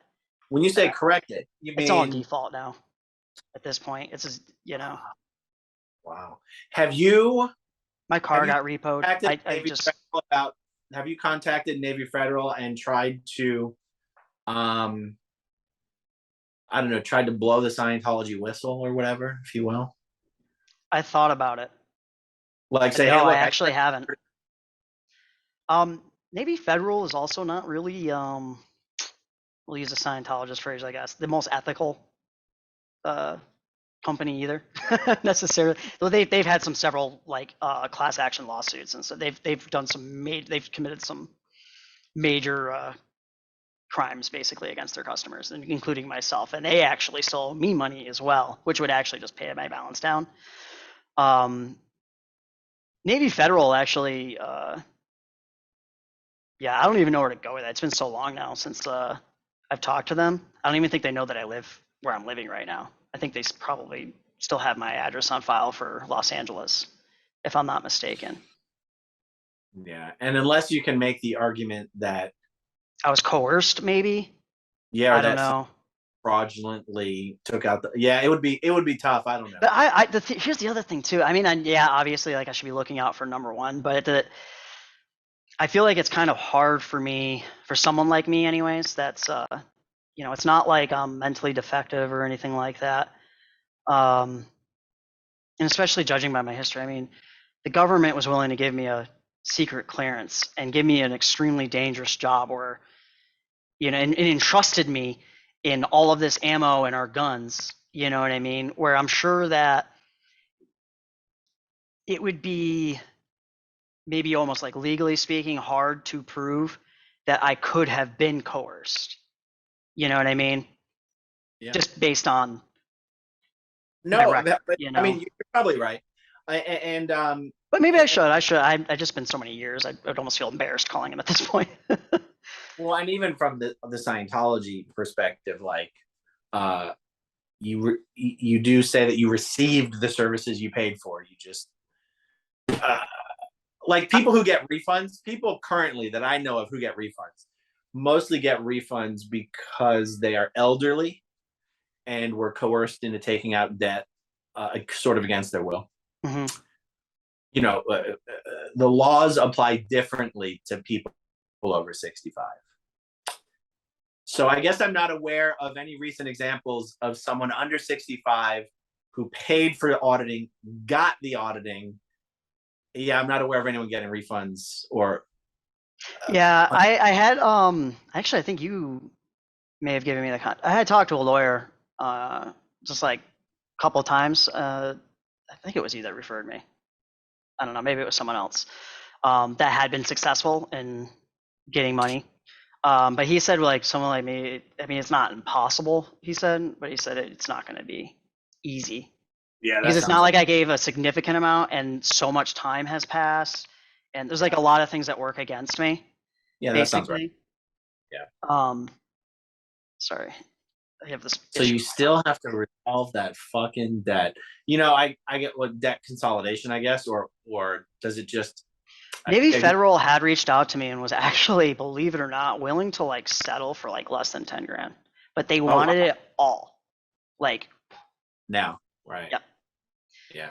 And I don't know if they would still be willing to do that. I don't even know. But it's not like I have that kind of, I mean, it's not really that much money, but for me right now, it's a bit of money to just have sitting in my bank account, I get it. Okay, so then the weed thing happened. You basically moved out, and that was kind of all she wrote. Yeah, more or less. And then the only other stuff is, my YouTube community for my gaming channel. I now just stream on Twitch. I don't stream on YouTube anymore because ever since YouTube got rid of the separate YouTube gaming platform, I switched over to Twitch. And I don't really do much with YouTube anymore. Shoot, where was I going with that? Sorry. I'd said the weed thing happened, and then you moved out, and that was all she wrote, and you were like, pretty much. Oh yeah, so my community had no idea that I was a Scientologist. They had no idea. I'd never ever mentioned anything about it, And I never gave any indication other than I had kind of like a little scare. I actually got like really scared. Someone saw a comment that I made like years prior on the Free Winds, like an old Free Winds YouTube video or something, like from the Scientology YouTube channel, and like was looking through the comments and saw that I was live and decided to come, into my stream and ask me about the Free Winds and what it was like and whatnot. And I was like, I'm not gonna. This is a gaming channel. I'm not gonna discuss that here. That's how I handled it basically. And then he's like, oh, okay, I'm sorry. And then he left. That scared my heart. It was like, oh, because I was really worried because I'd seen what happened to Tom Cruise in 2005. You know what I mean? I know how people react to Scientology. I ain't freaking dumb. I just hit no way in hell I'm gonna. And that this is around. I started, I think, getting on YouTube around 26, and so before, like a little bit before I actually started doing my auditing and everything, like up the lower bridge. Yeah, I just was I was a little. I just didn't want to just ruin. I just felt like I would have ruined myself, if I was just out of the gate with it. But they would always try to get me when they heard that I was starting to grow and my channel started getting into the thousands. Right? They were like, "Oh, you should be talking about Scientology on your YouTube channel. You get the most missions and blah." And it's funny because that was the first thing I had thought of when I saw your Brad videos. That they've got to be telling him the same exact crap that they're telling me, and I feel bad for him because he's like in the middle of being under their spell, and he just doesn't even know. He doesn't even know that he's being used, And I told him, I was like, I'm not gonna. Videos are so fucking bad. It makes me think there's no way the church is asking him to do this shit. I don't know. Maybe he is doing it on his own. But I know that even just, he only has like 500 subs, even though I got up to a little over 8,000. I've been purged and whatnot, and I'm not active much on YouTube anymore. Not making content.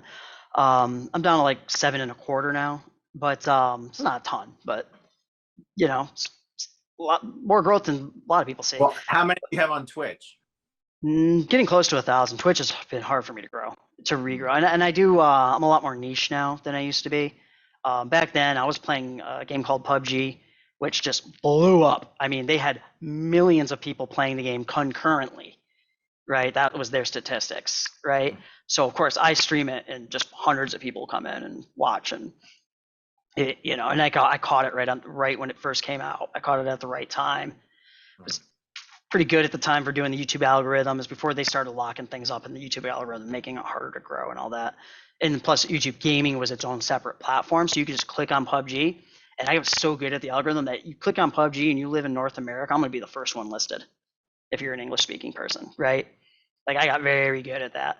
So that's what gave me my initial growth, and I've just been really struggling. And not only that, but now I'm at a point I can only sit here now for a few hours at a time. I start getting uncomfortable. Like right now, I'm already getting like my arm going numb. I'll suck it up though. I want to make sure we get through this. I feel like we're getting close to the end of this. So, but anyways, yeah. So they wanted me to talk about it. But anyways, the first time I talked about it, I waited until I had moved and was getting a little bit more stable, and I moved to Austin. My current roommate now, I live in the DFW area now, but my current roommate was the one that helped me out to get that place down there, because his brother needed a roommate. He was down there going to school. And me and my roommate, we actually served together. We were both gunner's mates. He was actually my second class. I was the third class. So we kind of have that, it's good. It's good to have someone on the outside like him, to help me out while I'm still trying to get my credit back going and all that. I'm still dealing with the VA. I'm just now getting actual medical doctor treatment because I didn't believe in treatment. I actually went so far down that rabbit hole where I thought it was all psychosomatic, Wow. Now I know. I just actually finally had an MRI done 2 weeks ago, and I just found out what it really is. So yeah, anyway, so I waited until I was in Austin, and I wanted to just feel that I was safe from them and completely done and completely away.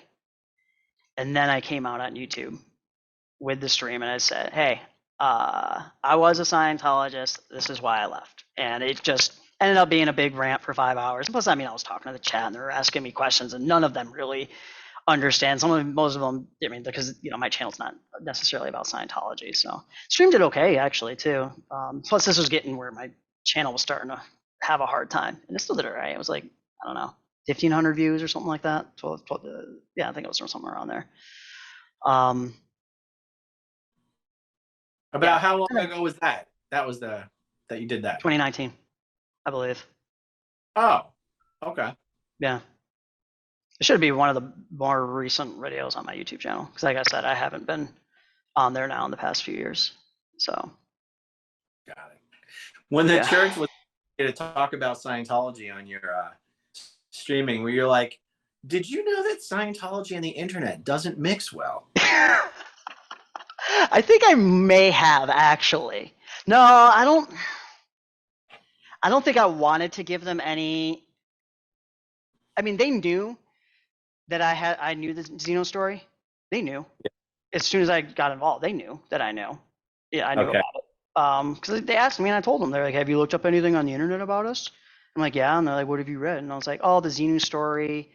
You believe in past lives. You believe that 76 trillion years ago, Xenu entrapped us and brought us here and blah, blah, blah. And I gave them the whole spiel. And of course, they lied to me and told me I've been in Scientology 25 years, never heard that. I'm OT6, I'm OT7, I've never heard that, Oh, God. Damn, they're such good bold-faced liars, too, I'll tell you. Which is crazy, because I'm pretty good at lie detecting, being, in the car business. You're in the real estate, so about having to have that little lie detector there when someone's BSing you in a deal.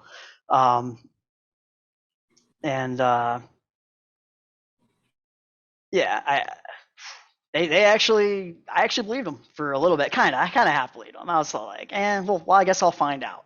But I did it eventually, especially because I was reading the R&D series as well on my own in the library at Celebrity Center. I'd go in there and just kind of browse just for fun. I'm like that. I like to study and very curious about things. I knew about the whole Fifth Invader Force stuff. He talks about that in the R&D series. If you want to find out some space, this is the other thing that actually one of the things I was talking about. That's also not the Xenu story, though. No, that's not the Xenu story, but you know how they deny it? They deny it, right? To new public. They'll say, no, it's not true, right? You mean the Xenu? Yeah. But they also really kind of mostly deny about any kind of space opera stuff, really. It's all over Scientology. It's littered throughout all of Scientology, though. Once you get indoctrinated, yeah. But not at the start, obviously. I mean, you could do State of Man Congress right off the bat. It's in there. Yeah, but I don't think I don't see an org just letting you do that right off the bat. I mean, don't get me wrong. The Div 6 registrar is not going to be sitting there talking about the Fifth Invader Force. Yeah. But it's not confidential. Yeah, that's true. But it's just so funny because the church just goes in such these huge lengths to say that it's not true. But in fact, there's legal documents where they said in court under penalty of perjury that it is true. Right.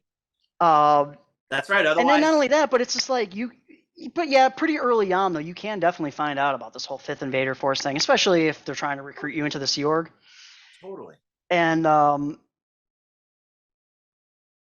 mean, if that's out there, that's space opera still. But then why deny the Xenu thing? But here's the thing. They don't deny the Xenu thing because they don't want to be affiliated with space opera. They deny the Xenu thing because they don't want you to know that's what's on the OT levels. Right. Like, because then they can't sell you. Yeah. There's no mystery. The mystery's gone. Any of the other whole track space opera shit always talks about, like the Fifth Invader Forces. Mm-hmm. But if Scientologists found out that that's all that's on the fucking OT levels, they would lose so many people. Mm-hmm. That's why they deny it.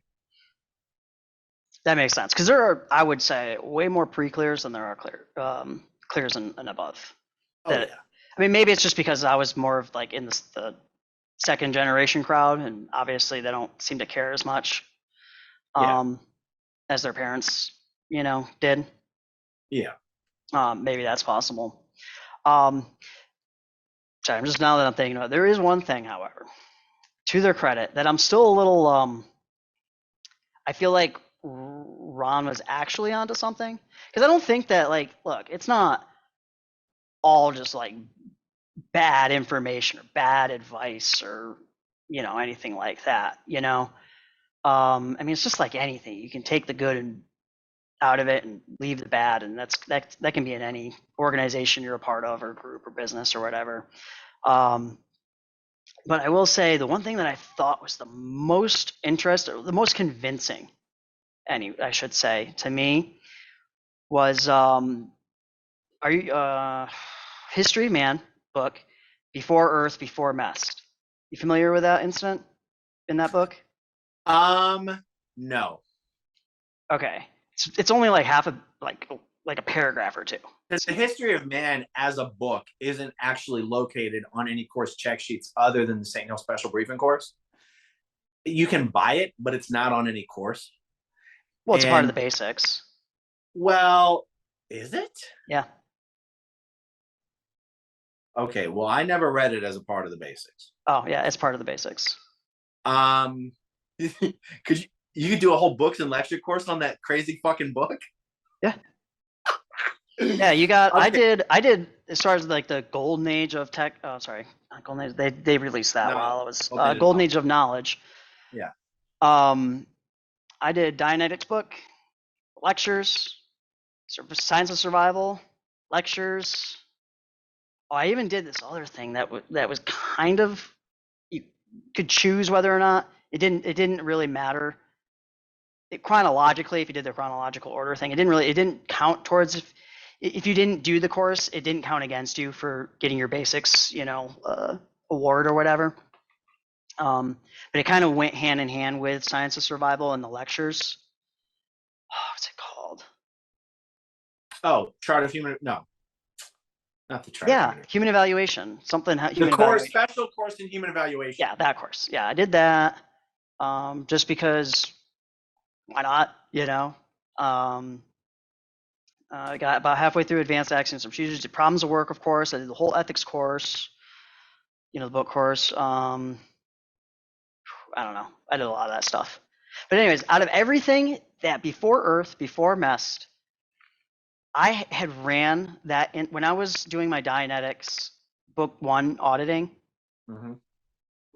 And this was actually shortly before. This was literally like just a couple sessions before I tried to attest to clear, to Dianetic clear. I actually did have that incident word for word come up before I had even read it or knew about it. Mm. So it just made me think, because like I said, at this point I'm like, I don't know what's really bullshit and what's not. I don't know really what I believe anymore, basically. I was raised Catholic, studied Buddhism, I've just been floating around everywhere, right? Yeah, but I don't know. It was just, Well, so here's I read it like a year later though, and I read it. And I was like, oh my God, that was word for word. crazy. And I was like, there's no way that I could have just imagined word for word, but I didn't think, not even just that, but I was like, maybe even I did imagine it. There's still something weird that Ron says that he's found this inevitably in every PC folder. Eventually, they run this incident. It will come up eventually. Basically, is what he would say, right? And the fact that it was every PC, and that even I came up with it before I even had known about the story. I literally came up with it word for word in my auditing session, and I at least had thought. I'm not saying that validates it as being a real previous life thing before we even had the Big Bang, which is basically what that is. Which is what he alludes to when you say before mass, before we had the physical universe, basically. Yeah. But I will say, however, there's definitely got to be something to that I wish that even an actual professional would look into and try to do some sort of a study on it. because it's just, I don't know, that's the only thing out of everything I've done Yeah. that seems somewhat convincing to me, just because I came up with it when I was, in 2013 when I was fresh at CC, and then like a year or two later, I actually read it when I was on course, and I was like, holy crap, that's word for word what I ran. And so I always just thought there was something. Was your auditor steering you into it though? No. Hmm. No, I was always very aware. I never felt brainwashed or hypnotized in auditing. I always felt pretty in control. I'm not brainwashed, hypnotized. I'm saying with leading questions, perhaps. I'm just asking. No, the only kind of leading question, not in Dianetics, not in book one. The only time I would say there's actually leading questions is, well, leading questions and your grades. They literally ask you very specific questions as you go through the rundowns and the grades. But in book one, it was a standard book one. I'm sure you've done book one auditing before, right? Or no? Well, yeah. Or at least something, yeah. It was always just pretty what I was used to doing. You know what I mean? Like I said, I was doing it every day for a while. While I was still trying to save up to get on my PRF. I hated everything about book one. Really? I actually kind of enjoyed it. Even if I never, I always questioned whether it was true or not. But they always handled me by saying, well, Ron does mention you've read Dianetics. He mentions it could be imagination, could not be. No, doesn't matter. Just run it anyways. If you feel better afterwards, then good. You've made progress. Particularly in science or survival, he touches on the value of running imaginary incidents and then whatever. Yeah, even if it's imaginary, it can provide some relief. Yeah, exactly. And then the idea being that eventually you're supposed to probably realize it's not imaginary or whatever. Or you you're unburdening your case so that you can confront the real incidents, and you're like, so basically you run enough imagination so that you're not embarrassed talking about it, so that when you then remember an incident you can be like, it's real. But anyway, but hold on, now the before Earth before mess, you're saying that was History of Man, or yeah, okay.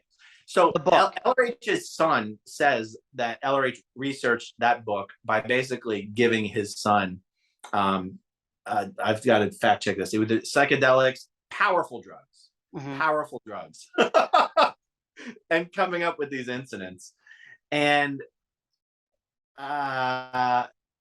there's even parts of early Scientology and Dianetics writing where Hubbard talks about using drugs in auditing. Yeah, I think there is he does mention like he did some sort of he's already been there, done that, tried it with drugs, and found it doesn't work, and drugs aren't the way. Or blah, blah, right. Blah. Yeah. Except it's how he came up with History of Man, which has as a part of it an entire chapter on the Piltdown Man, which turned out to have been a complete hoax. Really? I don't. That sounds familiar. I just don't remember what. I don't mean LRH hoaxed it. Yeah. The Piltdown Man thing. It's almost like, and I'm gonna butcher this because it's almost like the British version of Bigfoot or something, where someone had unearthed this fossil or remnant that it was supposed to be like the missing link or something, and they called it the Piltdown Man, and LRH included it in History of Man before it was revealed that the entire thing was a hoax.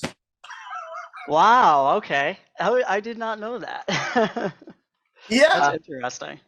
It's very interesting. It was LRH's whole track research, and it's like, this was the Piltdown Man, and you're like, yeah. Yeah. Now we know modern times the whole the Lucy thing, and we found we've uncovered a lot more things of this missing link and whatnot. But yeah. So super interesting. So one of the ways, I'll say this and then I'll ask you.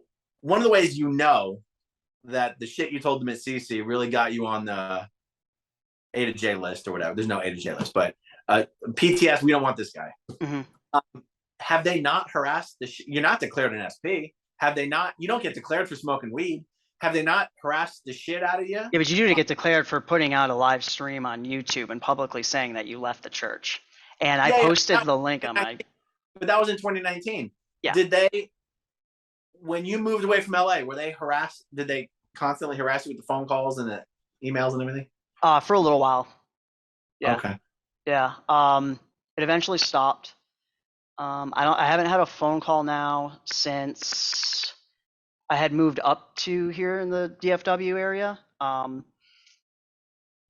When I came up to DFW from Austin, my roommate still had like an extra 2 or 3 months left on the apartment he was in before we got the place that we're in now. And while I was there was the last phone call I got. The last time I got a phone call, and you know what's funny? The person that it was the same person that regged me on my basics books and lectures in 2010 when I was on my deployment. No way. Who is it? I can't remember her name for the life Oh of man. me. It's a woman. I know that. I did actually remember meeting her. She's probably about my age. I want to say light brown hair. It was kind of long. That could be every member. Yeah, I know. God, fuck was her name? You ever notice all Sea Org girls dye their hair the same color? Almost, except for the blondes. Yeah, there's definitely a few blondes, but yeah, all the rest are pretty much brunettes. That They is a all little dye their hair with weird. tan. Um, If I remember her name, I'll try. I want to say it's like Taylor or something, or yeah, who knows? I don't know. Who knows? So for at least 3 years, though, you haven't had no one's tried to contact you. Trying to think. Well, I came up here to DFW after the pandemic had started, so that But like was live stream, you did your 5 hour live stream in 2019. yeah. Yeah. People still, yeah, they still called me after that. Oh, nice. However, I posted the link to that on Facebook, the VOD, onto my Facebook, which I had, I don't know, 600 or 700 Scientologist friends, and yeah, I lost about 300 or 400 of them. Surprisingly, though, I guess some of them just never saw that post and are still on there. Some of them have actually. I've been testing the waters recently. Well, probably after this comes out, I'm pretty sure I'll probably lose more friends because I'm sure the church is on to you and watching what you're doing, and OSA will probably say, "Hey, remember Adam Pires? Well, I see you're friends with him on Facebook. You know, after this, maybe I don't know." Yeah. But I have my name's come up in some Tony Ortega articles too, and I know they probably pay attention to him as well. So I don't know. I mean, you probably lost everyone you're going to lose at this point. I mean, for the most part. Actually, I've been gaining Scientologist followers recently. I've been getting friend requests, and I've been accepting them. Nice. Just because, like, why not? You know what I mean? Like, yeah, why not? You know, it's not like I'm like. I still have hundreds. I still have hundreds of Scientologists on my Facebook friends list. I don't really know active. Yeah, I mean, wow, that's surprising. Because I knew your name like before I left. Like I knew who you were. How? I just knew who you were. In a good way or a bad way? I want to say I just knew who you were because just being a YouTuber, you know. So like, I wasn't declared until 2014. Because you gotta understand, I typed Scientology on my computer and stuff, right? Oh, I get it. So what's Google gonna show me on you when I'm on YouTube? Right. Scientology videos. Well, what kind of Scientology videos are actually getting views? Right. Stuff like your content, not their shit, right? Yeah, exactly. And I think that's how I first found you and first started following your channel and what you had to say. And because to be honest, actually, when I first got out and I found you, I was like, let's see if this guy's actually a Scientologist. Because for all we know, this guy's full of fucking shit. I'm gonna find out, and I'm already a YouTuber. And if he is full of shit, I'm gonna fucking call him out for being fake and just using the Scientology name and saying he was ex-Scientologist, you know. But the more I listened to your videos, like, oh yeah, this dude was definitely in. There's just you know way too much. Yeah. I am surprised there aren't more former Scientologists with a strong YouTube presence. Now, you and I know it takes a lot of work to do. It takes a lot Oh of work. yeah. I mean, personally, I'm done with like my channel at this point, you know. Yeah. Um, but I have other YouTube projects that I'm gonna. Ever since I've been out, I've been able to like kind of find myself again, if that makes sense. Like actually really remember what it meant to be me. Mm. How did I actually grow up? Who am I really? You know what I mean? What do I Mm. actually like? What am I actually interested in? Because for so long when you're in the church, your life is dictated to you. Yeah. You know, my mom even told me when I finally got out, we actually had the long conversation. My relationship's the best ever now with my mom. I talk to her a couple times a week now. That's great. You know, versus every 6 months for 20 minutes at a time. You know, Yeah. um, my relationship has greatly improved with my mother. Um, Surprisingly enough, I actually have disconnected from my dad. The church wouldn't let me. Wow. They didn't. Well, they said that it happens too often. Scientologists use it, and they're like, we have to. They were like, we have to put a stop to this, and blah blah blah. You know, they're like, we don't want you disconnecting, and we want you to reconnect with them. Because I had disconnected Well, on my own. I mean, They actually asked me to reconnect with my dad. that's fucking weird. Isn't it? Especially someone he was the most of all my family members. He was the most antagonistic against Scientologists God, because so that's weird. just him. You know what I mean? Just goes to show you there's no such thing as standard tech. Yeah. Right.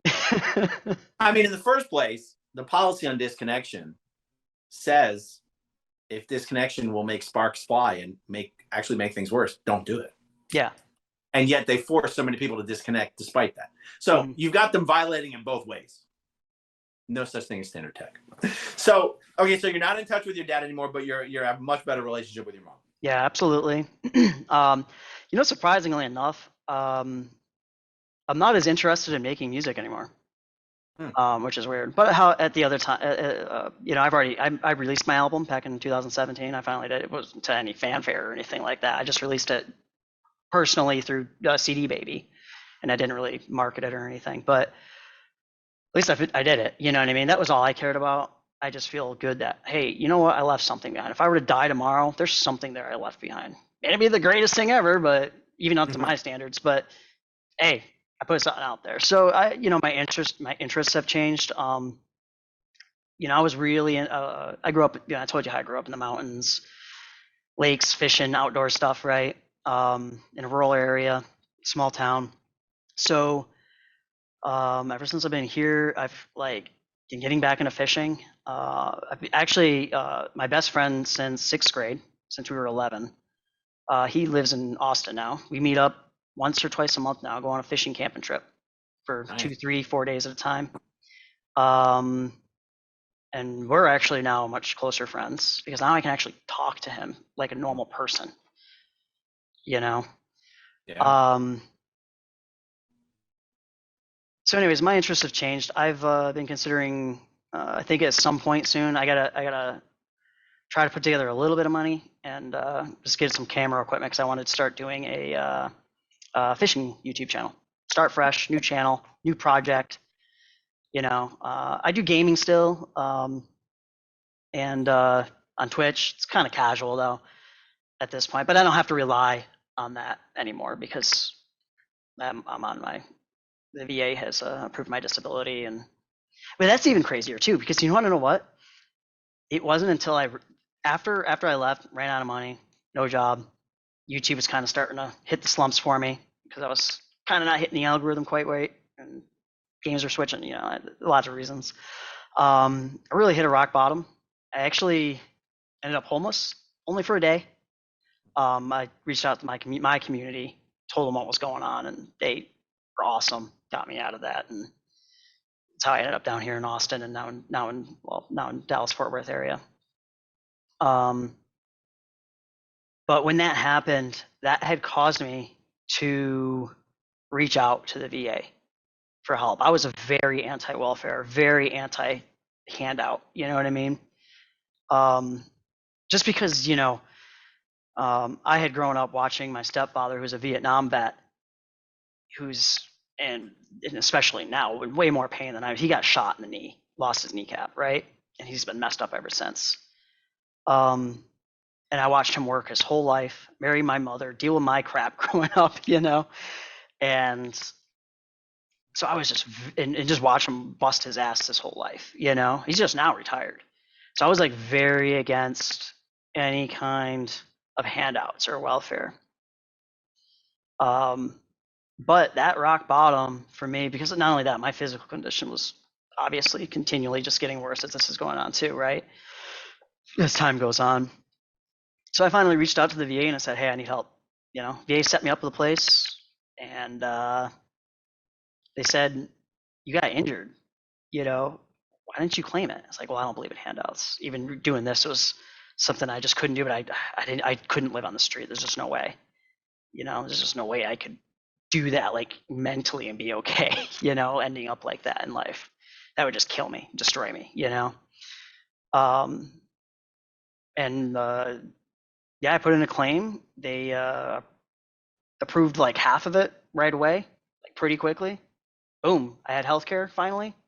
Started seeing the doctors, started doing imaging, getting more information. Boom, now I'm up to, I don't mind saying, I'm up to 90% at this point.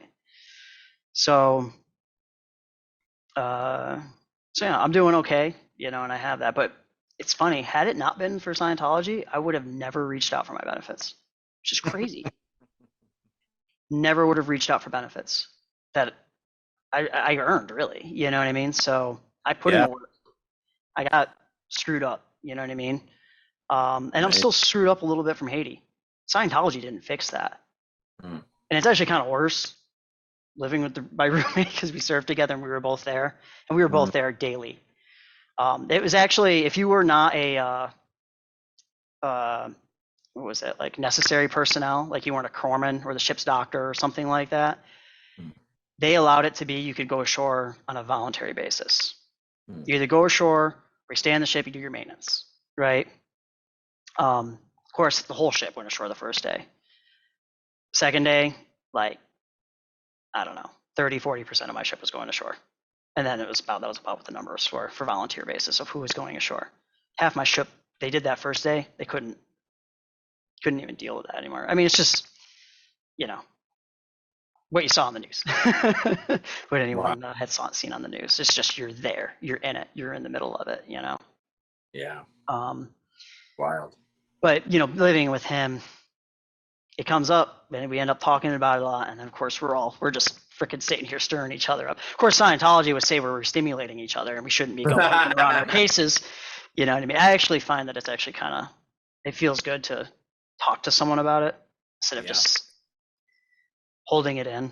I actually never brought it up in auditing sessions. Now that I think about it, I never brought it up as an incident, which is interesting. But at the same time, I don't want to. Don't get me wrong. I mean, I'm only a little I'm pretty well put together. There's some people that, I know I have friends that they went to Afghanistan, they went to Iraq, they got into gunfights, they got into combat. They are so screwed up, you know what I mean? And they deserve way more than what I'm getting, in my opinion, personally. And even if a lot of those guys do get like they're 100% like pretty much off the bat, but they need way more than that. Those that actually did that,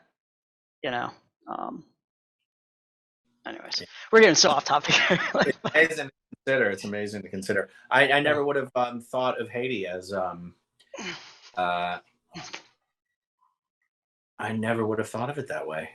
It's remarkable to consider it. I mean, it's one thing you think. When I was going through it, when I was there, I did well. I did okay. You know what I mean? I didn't break down crying. I didn't, it didn't really phase me when I was there. Maybe because it was a little surreal. I don't know. But and I also had an idea of what I was getting into. Like, because the earthquake happened on the 12th. My ship was already supposed to leave port for the 15th to go do a separate humanitarian aid mission in Africa. But it was a non-emergency type thing. It was just community relations. Let's build some relationships with some of these third world countries kind of thing, right? So my ship was ready to go.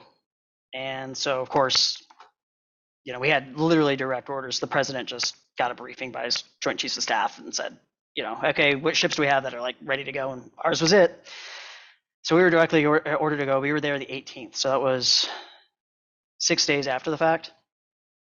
But I had tried to, like, the way I had gotten through it for me and being able to do it every day and just grind it for the 2 months that we were there before we left and went on our rest of our mission in Haiti, or I'm sorry, not Haiti, in Africa, was I'll never forget one of the things that the SEAL instructors said to us when I was in Buds, and I want to say it was Instructor Holland that said it.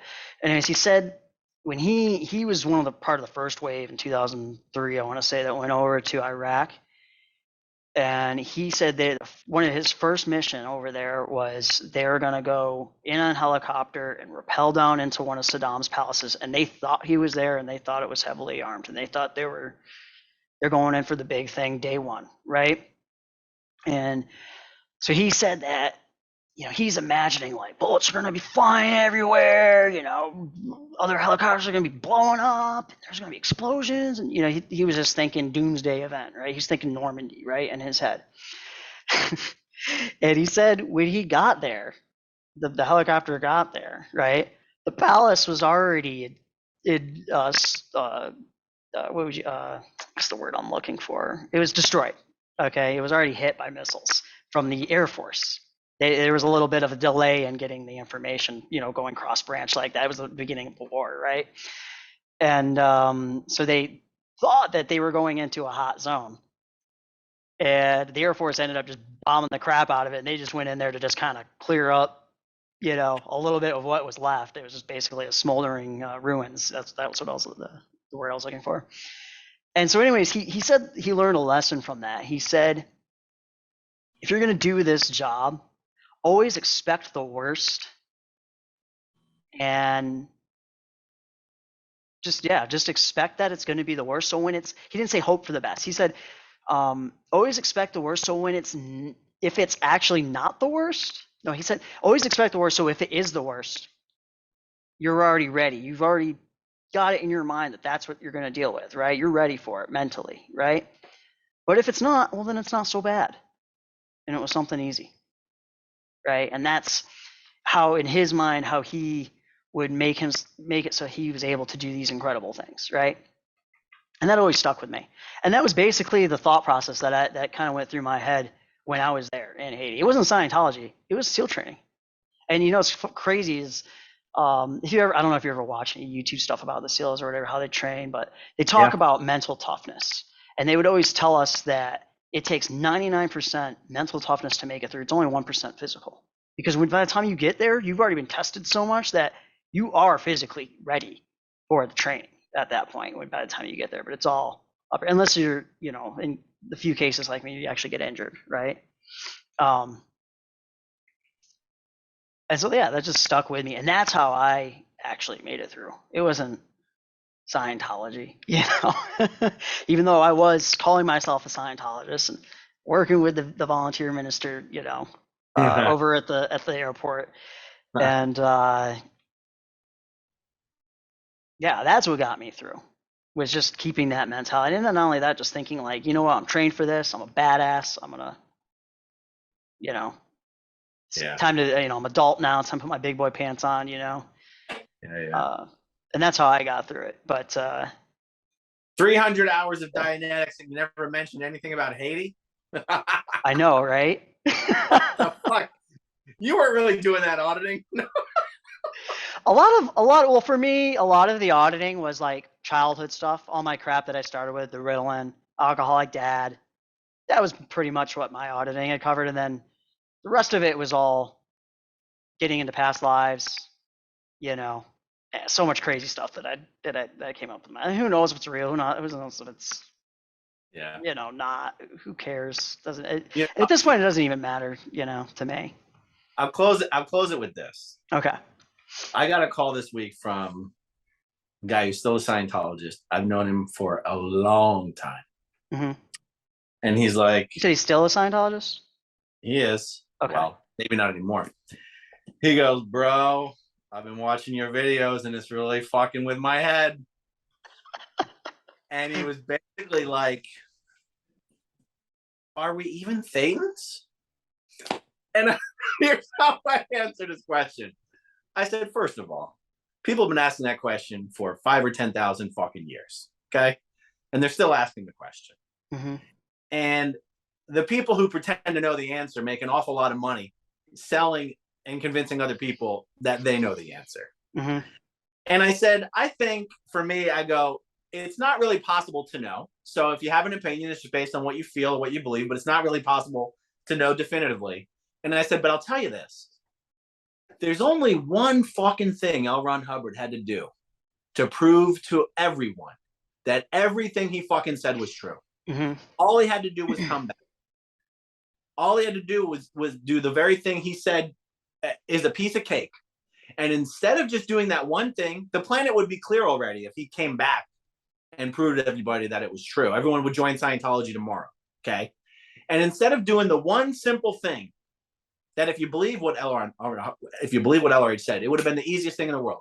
Mm-hmm. Instead of doing that one thing, he came up with a million fucking reasons why he wasn't coming back. So the answer to your question that you're only asking because you believe what this fucking guy said, the answer to that question is an answer he could have given you and didn't. So to me, that's a fucking answer. Yeah. And that's, I never dealt with the existential crisis aspect of leaving Scientology. What do I believe? What do I not believe? I never dealt with any of that. But that's how I answered that question. There's one guy, if you're a Scientologist, there's one guy who can answer that question for you. And he decided not to. So I think that should be your answer. Yeah. Well, I mean, obviously, too, a lot of us share imagination into things,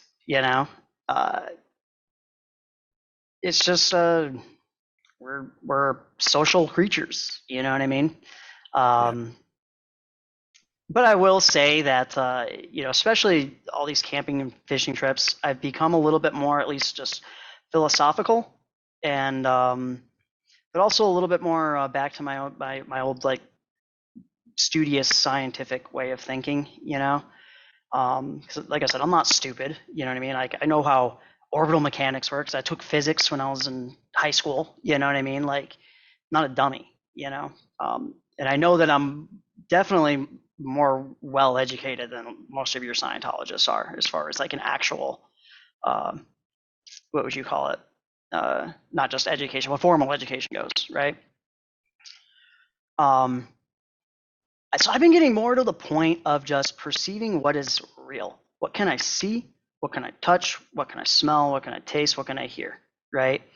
Of course, when you're smoking pot daily to deal with pain, that kind of helps a little bit too, to kind of step outside the box mentally a little bit, and fire off some neurons, right?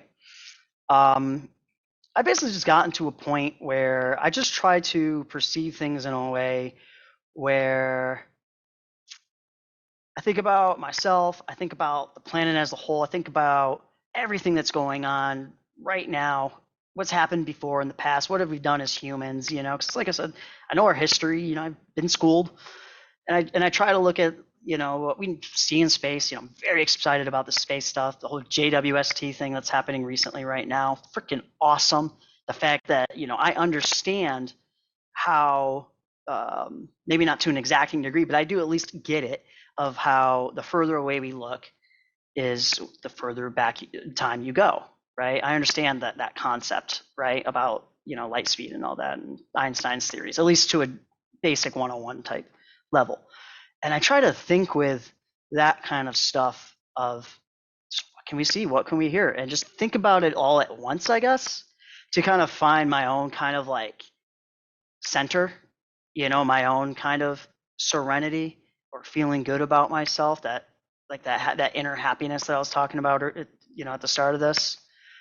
And I will say, since I've started thinking this way, I've even been getting, I just find that now that I'm free of anyone's control, right? And the fact that, I don't have to go by someone's work, like what they want me to do for work for them. I don't have to do what the church tells me to do, any church, not just Church of Scientology, but like I said, I grew up Catholic. They have their rules that I don't necessarily agree with, right? And so I try to take lessons for everything that I've learned. Like I try to take lessons, and I see so many similarities amongst all religions. I see all these and how you can make an analogy from every single religion on this planet, you know, at least from a monotheistic point of view, right? And I'm sorry, not monotheistic point of view, just the monotheistic religions, right? And just try to learn lessons, or try to at least, you know, understand like, oh, the Bible is written like 600 years after Jesus lived. You know what I mean? They're just stories, you know, but what good can you take out of that? You know, what could actually, you know, what can you actually see is something that just happens, what we do as human beings naturally, right? You know, human nature, you know, I've been thinking a lot about that. And just things that, I don't know, are already commonly agreed upon as being true or real, or something you can actually see, touch, taste, smell, not something you just up here necessarily, right? Like imagination, like what auditing is more than likely is, right? At least when you get the past life stuff, obviously you can correctly remember childhood memories and traumatic things, and they can be helpful, I think, maybe in that way. But yeah, so I just try to do that, and that's kind of like where I'm at now. And I think it's kind of working because I feel pretty centered. My life's definitely heading in a better direction now, and definitely feel way more free, which is Awesome. good. So maybe it sounds a little Well, weird to you. Maybe I got a little crazy on that one, but you know, you're an ex-Scientologist, so you've heard it all. So yeah, I I think mean, it's a little bit more of a sane outlook, at least. Take what we already have, and just, and that's the only advice. If someone's seeking answers, you know what? We live, well, at least here in this country, in America, we have freedom of religion. You can study any religion you want, you know? yeah. And if you want to find out about something, go and find out. But it doesn't mean you have to join up with the group and go be devout to it necessarily. You can still just read about something and find out, you know, and that's how I I look at told it. someone recently, I said, because sometimes people who are just getting into Scientology will message me as sort of a sanity check, like, oh, it seems like your complaints are basically about out tech. And I'm like, okay. Anyway, I told someone recently, I said, if the only reason you're in Scientology is for the camaraderie, the company, you like the people, then who gives a shit? Stay in Scientology.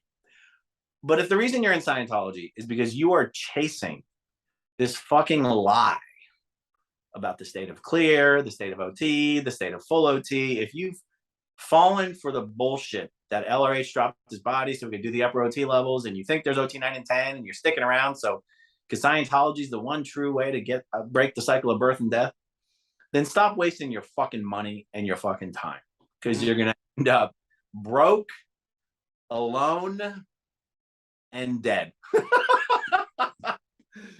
I mean, but your point, like, if someone wants to do it just for the fuck of it, then go Yeah, for it. yeah, But exactly. but do it on your own. Do it as a free person, not as the member of a cult who's having their behavior and thoughts and information and emotions controlled by a fucking cult. Yeah, So anyway, I'm glad you're out of it, man. I'm glad you're out of it. thank you. Just to, for my, I guess my outro is just to say, I feel lucky. I am. I mean, you definitely made a very good point. I could have very well still been in had they just fixed these few things that I saw as an error. And Yeah. but who knows? Maybe, maybe not. But I'm out now. I'm glad that I am. I'm definitely happier though. And if there's anyone that does see this, I will say, when you don't have a authority figure that's controlling your life anymore, when you are really, that's true freedom. And Scientology talks about spiritual freedom all the time. That ain't freedom. When you're under someone's control, that's the complete opposite of freedom. Just something I hope that your viewers will keep in mind, especially if they're currently still in, is that Yeah. when you're under someone's control, that is the complete opposite of freedom. True freedom is when you're away from someone's control. If you can find a way where, I don't know, maybe you can start your own business, so you can, that's true truly where you're actually in control of your life. That's actually freedom. It doesn't, you don't have to call it spiritual freedom, you know? For all we know, we don't have spirits and we're just more really smart monkeys. And but anyway, but either way, I definitely have found when you're not under someone's boot, you will actually feel free. Yeah. Like that if you want to hit OT 15, that's how you do it. That's your OT 15 right there. So yeah. Anyways, thank you for having me on, man. I really appreciate it. This was actually kind of I feel like a bit of a pipe dream because I've been watching it now for like a couple of years and getting into your videos and actually really enjoying them too, because it kind of makes me feel a little bit sane for that, you know, how I wasted the majority of my 20s and my youth and in that. So it's thank you for that. I appreciate it, man. Well, it's been a pleasure. It's been a great chat. We've covered a fuckload of ground. Yeah, man. All right. Thanks everyone for watching. Have a great night. Bye.